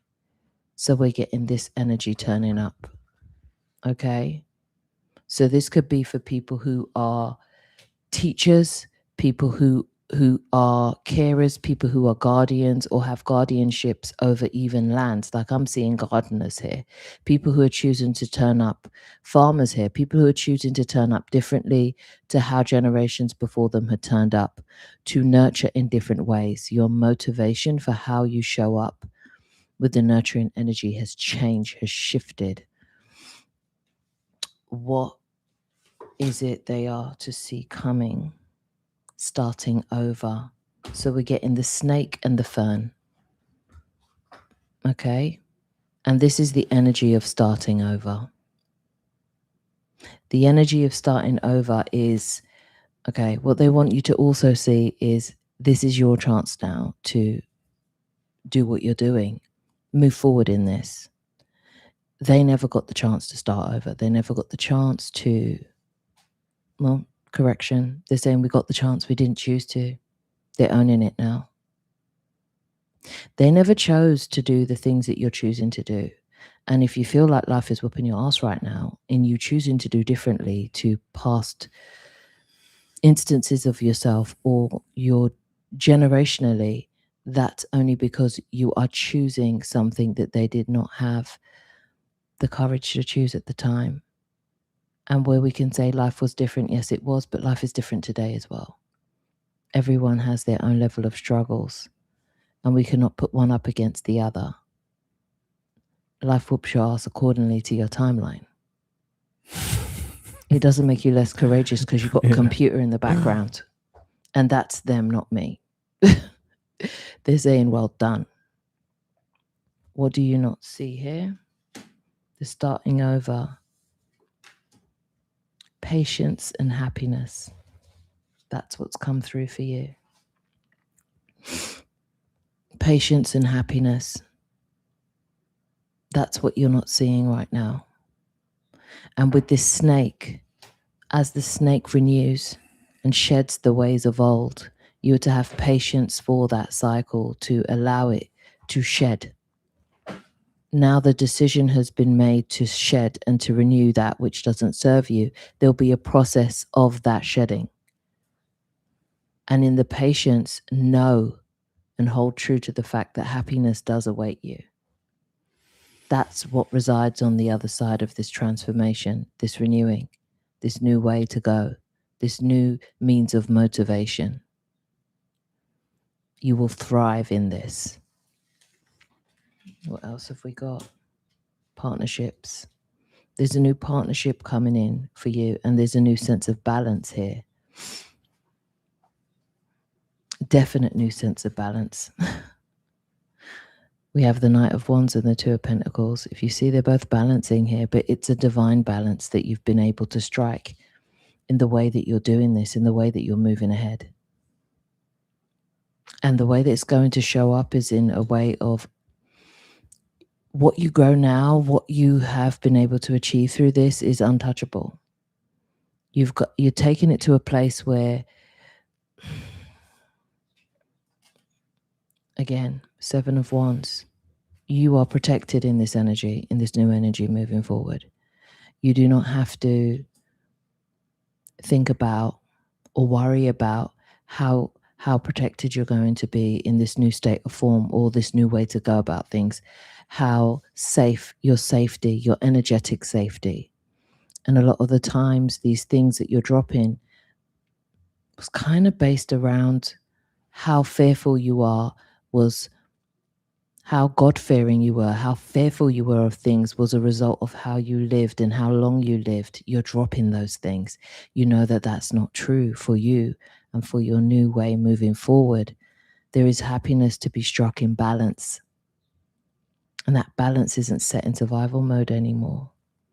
You've understood and embodied that you are divinely protected at all times. That's not sometimes. You don't have to make a ritual about protection because you know it is a constant in your energetic field. And you are grounding that into what you know. You are grounding that into your energetic body, and you are grounding that down for moving forward for all of the lives that you touch with this same knowing. Okay. And that's the end of that reading. All right. That's what they wanted you to know. It's very interesting card, this one, Ceres. Ceres. Who's Ceres? It's one of the most important Roman deities. Okay. That represent nurturing, farming, basically looking after your staff, really, nurturing, one of the essential things. And it's about prosperity. Wonderful. Prosperity, but not in just in the way of all things material. Yeah, it's everything. Yeah, they were clear. This is going to unlock for people because it's not. That's why I saw farmers. Okay, so this is not going to just unlock things for people on a spiritual level, because what happens on the spirit level also happens here. Yeah. It's just now you've allowed the gateway to open to be able to ground it down here. Mm-hmm. And in that grounding down, you're going to be able to see these things appear in your waking life. Yeah, because he covers as well fertility as well. It's like everything. Yeah. Agriculture, but in the sense of you looking after yourself and in many areas of your life. Yep. Yeah, so it's a beautiful card. Well, that's what they came through to say. They were very adamant about it. Whoever's doing this did whatever inner work they did, whatever shift they made. Yeah. They knocked it out of the park. Yeah. Period. It's definitely a strong card that the ancestor wants to communicate with you with. So that was your reading for number 2. Okay, this is not coming up for some reason. Because he hadn't meant to. Wow. There we go. Thank you. My nose is running already. Okay. So this is for number 2. All right. The Celestite. Are we calling it Celestite or Celestite? Celestite. Whatever. Nailed it. Celestite. Nailed it. Nailed it. All right, cool. Nailed it. Got it What right. are we going here? Okay. So there's a couple of comments real quick. I was just going to say. Go for it while I pull out these cards. This one fell out. Yeah, when you pull out the card. Right. Thank you. Listen. For number 2. So Nell Empire is saying just bought one of the Aventurine. Diana say I have been feeling lots of ancestral energy. John, you're saying just so you know, I started buying the gems after every reading, and it's been helping me carry the energies through the week. Wonderful. Jay is choosing the green, and it resonates with Diana. All right. Thank you. And I'm just saying thank you for the reading. All right. So and nothing but true saying, yes, Omondi is right. Yeah. With the Ceres. Yeah. Ceres is all right. Big, strong one. Any in tarot? This one? Oh, thank you. Thank you. Okay. Ooh, interesting, isn't it? All right, I'm going to sit with them for a bit. This is a different type of energy coming through. All right, 4-4. They're not playing. Okay, this is totally different energy. All right, let's start. going to start with the reading for number 2. If this speaks to you, this is for you. The Celestite. Celestite is also known as the crystal for inner peace. For your body, it helps with your eyes, your ears, your throat, your muscular and elimination systems. That's a nice way to say it. Yeah. And for your mind, it calms emotions, sharpens the mind, and brings clarity. Okay. So if you need to maintain your elimination system, you know what to buy. Okay. And here we go. We have 2. We have communication in the reverse. Somebody who's not communicating right now, not really feeling grounded. All right. Something that's supposed to be written has not been written. Something that is supposed to be said has not been said. It's like I'm seeing someone sitting on a letter, like they're supposed to write something and send something, but haven't done it yet. They're thinking on it before they're doing it. And there's some feeling around that. You're to feel into this. And you're to connect to a deeper part of you before you do so. For sure. There's deep emotions around whatever this letter is. For some of you, it's legal, and for some of you, it's just a simple text. But you've been sitting on when to send it and how to send it. But you're asked now not to sit for too long and use what that underlying feeling is. It's like there's a feeling underneath, you know what it is, and it's a huge feeling. It's kind of been shaking your waters for a while, and you've been like revisiting it. You revisit it, and then you feel like, oh my God, this is too big for me. And then you just back out. And then you revisit it. It's like you go to do it again, and then you just back out again. It's that feeling of back and forth with this thing that you're not wrestling, but you're trying to figure out how to get around it. But what's also saying here is you don't have to get around it. You just have to touch base with it. You just have to connect with the feeling, and you'll know. And even though on the surface it doesn't seem like the right time, like the right environment for this to be done, you will know when the right time for this to be done will appear for you. Maybe in times of calmer waters, maybe in times where things have had time to settle a bit. We're getting Gemini coming through strong here. 91, 19. Yeah. 6116. 1616. That's definitely. Which is also 77. This is for some of you, some sort of shift. It's whether it's an old friend or somebody who you used to know from like a past version of yourself as well. Maybe someone who you knew from like a spiritual background. And for some of you, this is going to be something emotional that you have to write, like, and trigger warning, like when you have to write like a speech for like a funeral or a memorial, I'm hearing. But there's so much big emotion surrounding this right now.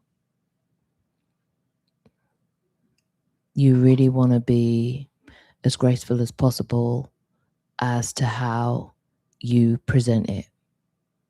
You don't want the communication to be misunderstood. You want it to land.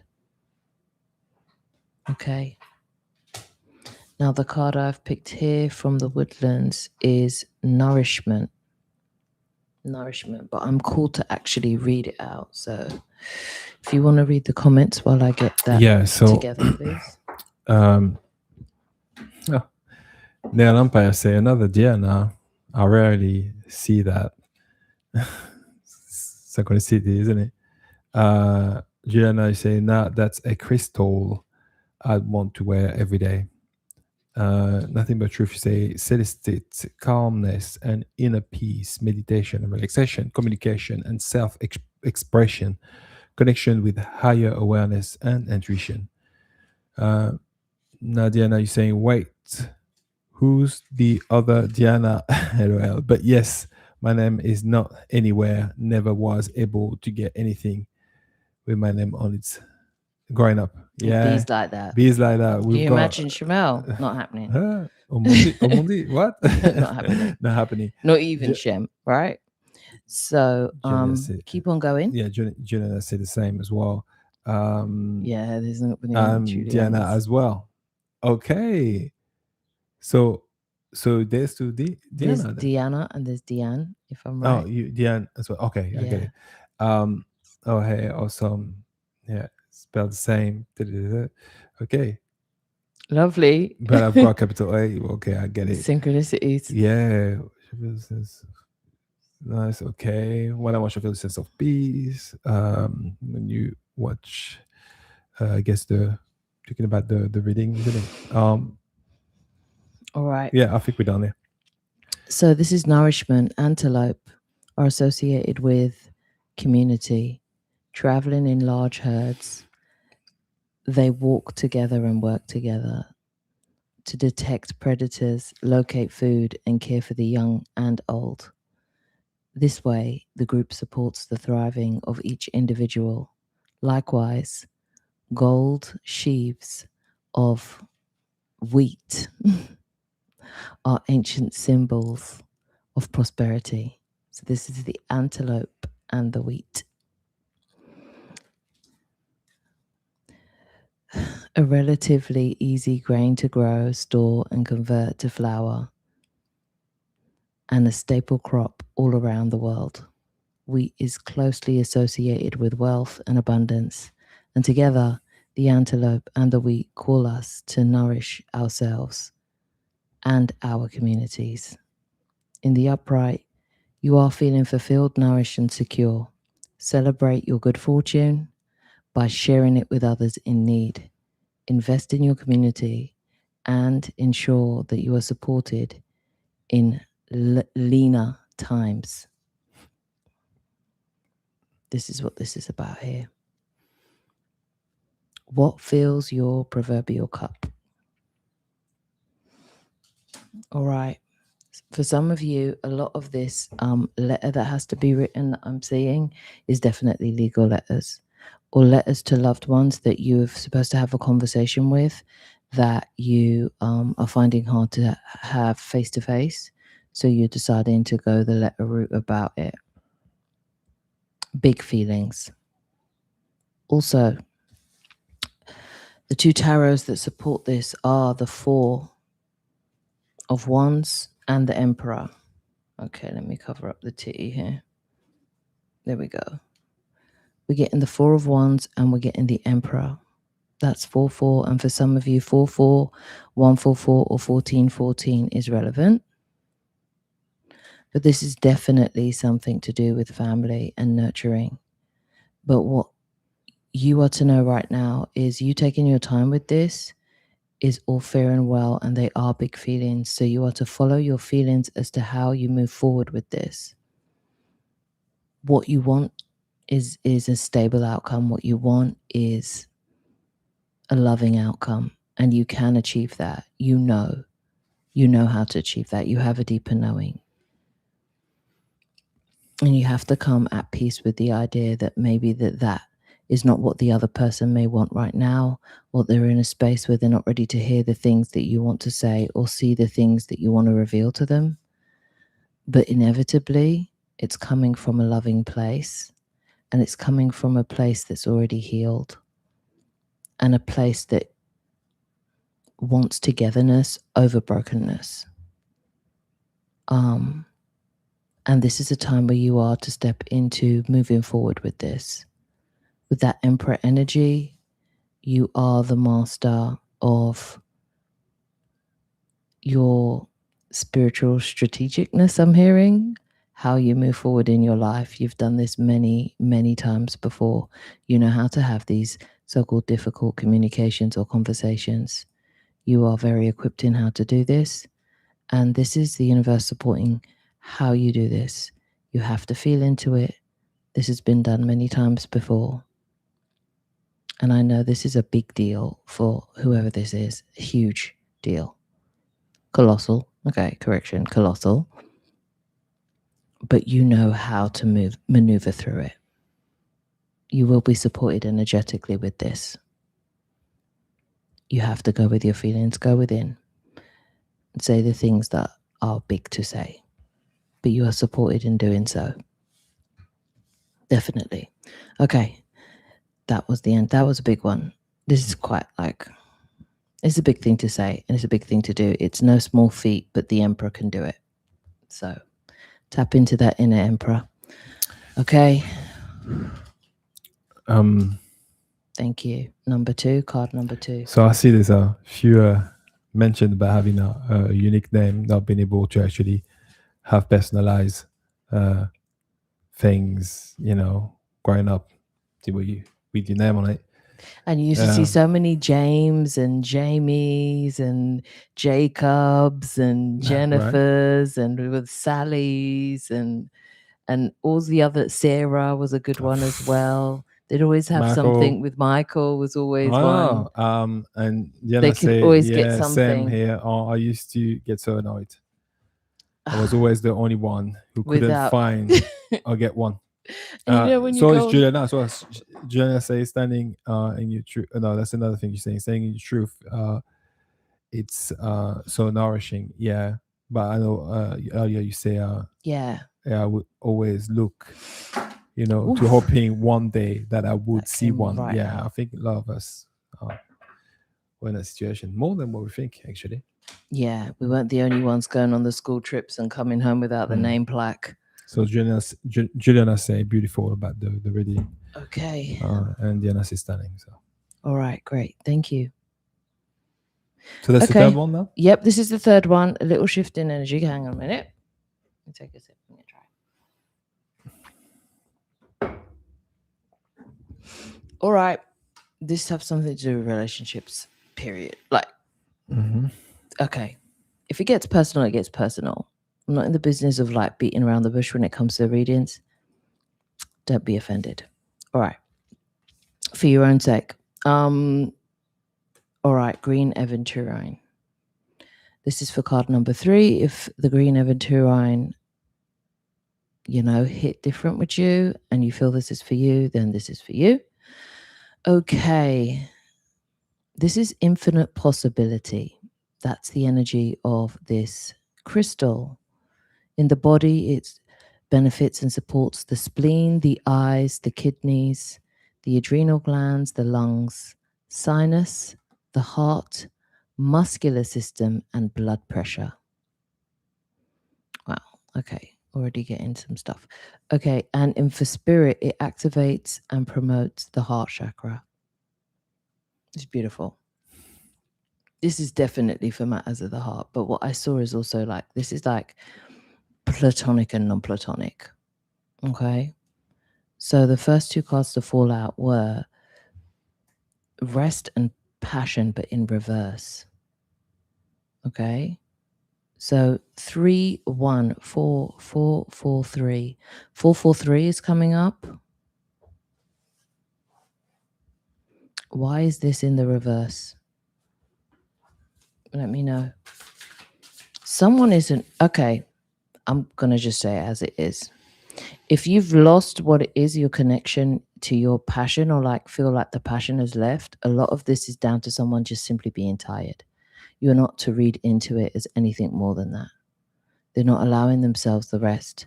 And I'm getting it in both ways, for male and female, for masculine energy and for feminine energy, whether or not you've gone through something with your body and you're not allowing yourself rest, or you're not sleeping properly, or your cycles are off right now, and that is just energetically your cycles are off.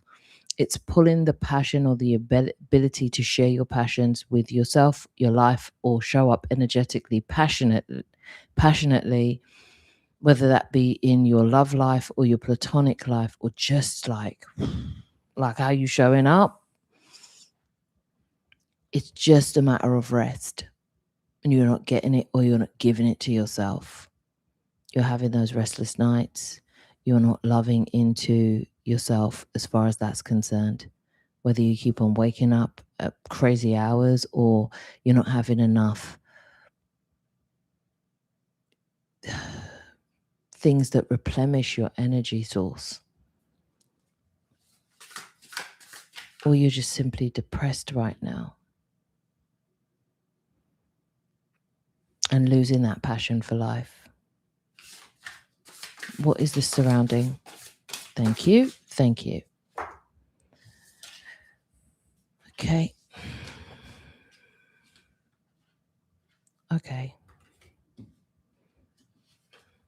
We got the Hangman and we got the Six of Cups. This is old energy that wishes to be released. Old energy that wishes to be released. And you're having a new perspective on how you look back, and you're asked, and I'm hearing Oasis, don't look back in anger. Yeah, look inside the eye of your mind. Yeah, that's the lyric. So yeah, that's wonderful. It's so fitting. You're asked to look inside for this, and this is what you're doing right now. This depression, this state of unrest, this state of not being able to rest your vessel right now is allowing you to have a different perspective on the ways of old and the things that, I'm not even going to say the things that no longer serve you. I'm saying things of the past. Traumas of the past, the broken parts of your past, the broken parts of yourself that you haven't let go of yet. Can I bring a little information there about that? Go Cards for you it. have Vesta. Vesta is a Roman goddess again.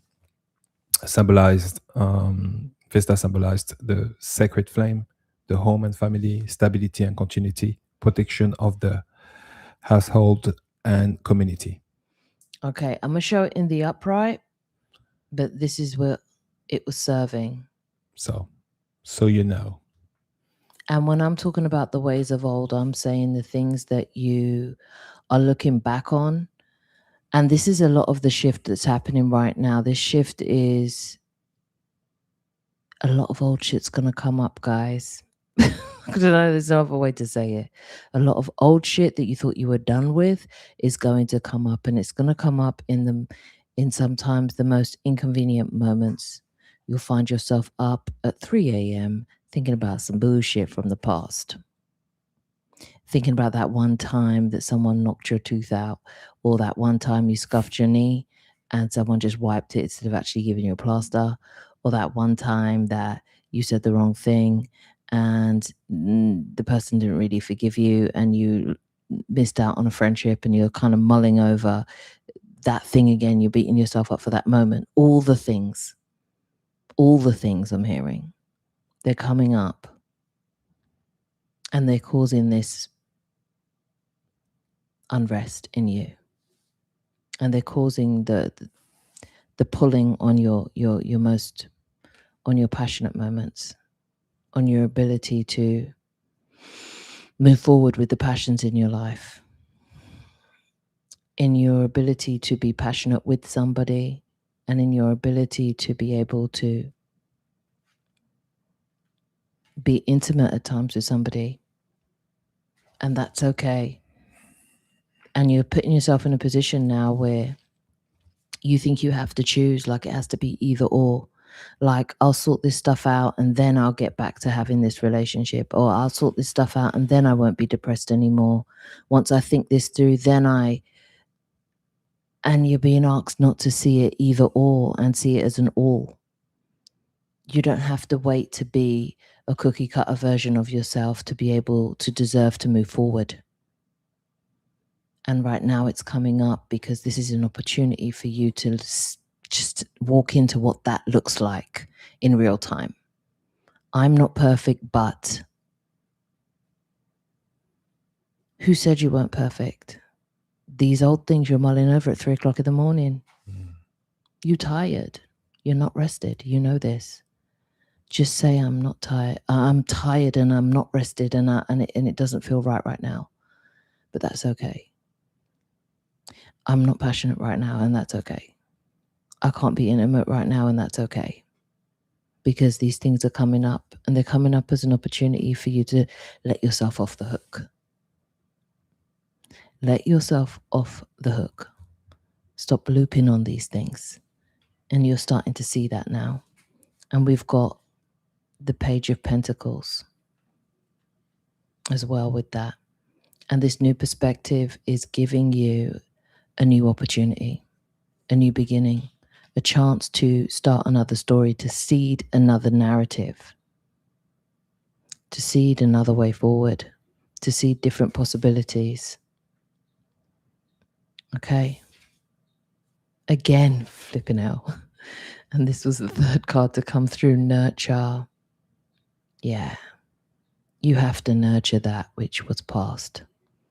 And that's why it came up with the Six of Cups. This is back in the day shit coming up again.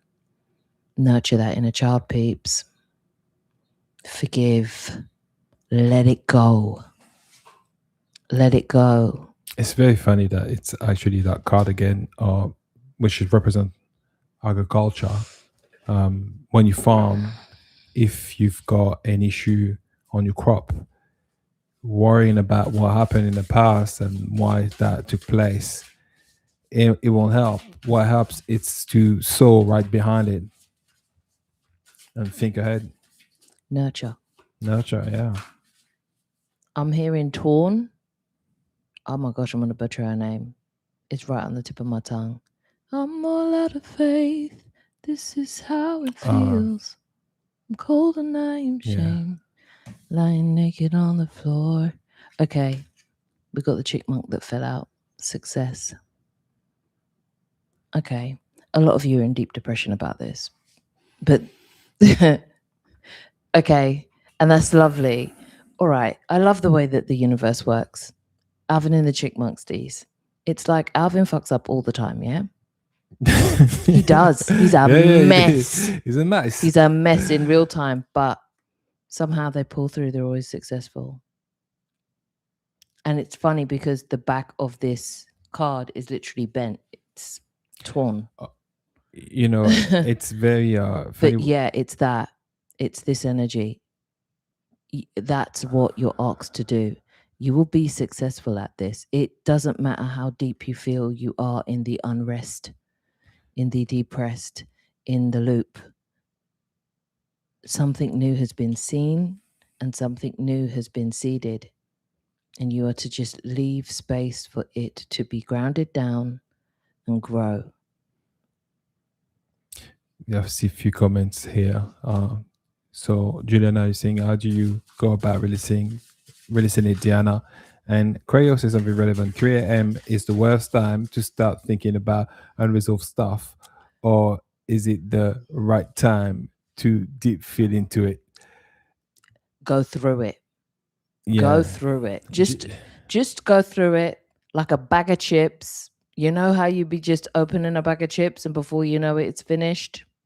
And then you're not trying to figure out, just go through it. And Jay is saying always multiple relationships. Well, the first relationship to heal is the one with yourself. So then after that, you know. No, this is too many. I can't do this. Run that back. Okay. Killing me softly, you guys, is saying that. So Diana saying try and error. Yeah, that's what it is. Try a lot of stuff. Little bit of everything. Have to find what works, breath works, etc. Somatic works and facial work with like vocal humming and meditation journaling. Yeah, you can. I would say one thing though. I would say you only this is like when someone telling you are you crazy. It's about it only matters if you believe you are. It's the same things about part of healings. If you believe that you're not well, they don't only matter. But if you begin to be well, it's no longer, right? The chickmunks came up again, okay? And the reason they're showing me the chickmunks is because it's not only him by himself, okay? Remember, it's Alvin, Simon, and Theodore, and you're asked to embody all three. So yeah, there's the side that fucks up, but then there's this innocent side of you, okay, who is like, I didn't mean to at the time, that I was just acting upon what I knew and I couldn't act better. And sometimes, tu le pas de hauteur, you just weren't up for it. Yeah. You weren't up for the challenge. Yeah. And that's okay. You just, it was bigger than you in the moment. That's it. Diana saying, surrender to it and let go. Just let it flow through you and feel it. It will Yeah. eventually pass. And then you've got also the other brother who is very logical minded but forgiving. And in the end, they always forgive Alvin for being Alvin, and they always just let it be. Forgiveness is a big part of this. It's okay to lose your zest for things, but it's also okay to ground down something new and see it differently. See it from a new perspective and allow this rainbow moment into your life. It's there. It's definitely this grounding energy. Oh, Shiva. You will be successful in it. Hang on. Yeah. And I pulled the 2 of Wands with this success. Now I have 2 tarot sitting here, and they specifically wanted me to pick from here. And this is, as you see, it's an unlit candle. The wick is long. The wick is long. And sometimes when we go through these depressive states or these states of unrest, it can feel like forever before the wax starts melting, so to speak. But you just have to light it. Everything is there already. Just light the wick. Light the wick, and eventually it will catch. And just sit back. And just you will be successful about this. You just light the wick and sit back. Nothing but truth. Say, oh my God, do you know what song I am trying to play at the piano this week? Torn. What song? Torn. Oh my gosh. Yeah. That's lovely. I'm trying to go back and learn that on the guitar for real. Like, I used to know how to play that on the guitar, and I just stopped practicing, to be fair. So yeah, that's beautiful. So yeah, Juliana, that is the end of the reading for Green Aventurine, number 3. Listen, take what resonates, and I hoped it served whoever it needed to. Someone needed to hear that right now, collective. Is, as always, is my honor to be here and do these readings for you and anyone who needs to hear this. But ultimately, you're not going to set yourself up for failure. I could say it till I'm blue in the face that you got this. The cards don't lie. So if you don't believe me, here you go. Success. Just light the candle and sit back. That's it. Sit back and relax, isn't it? Sit back. It's funny as well. It's in the night, that 3 a.m. It's that 3 a.m. Don't worry about this. Okay. We're going to go now. Thank you, as always, for allowing us to share these Sundays with you. It has been magical and mystical, as per usual. If you want to reach out to us in any way, if you want to be a part of the bunch and you haven't subscribed yet, please subscribe. Like the videos, share it with whoever you think it's going to resonate with. If you want to reach out for any of our services, go on the os888.com. There you will find everything we do.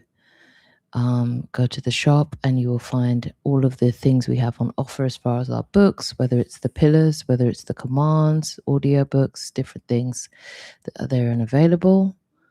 Currently, we are also open for readings. If you want any, you can either pop over to my channel and get some collective readings, or if you want personalized ones, they're available on the site.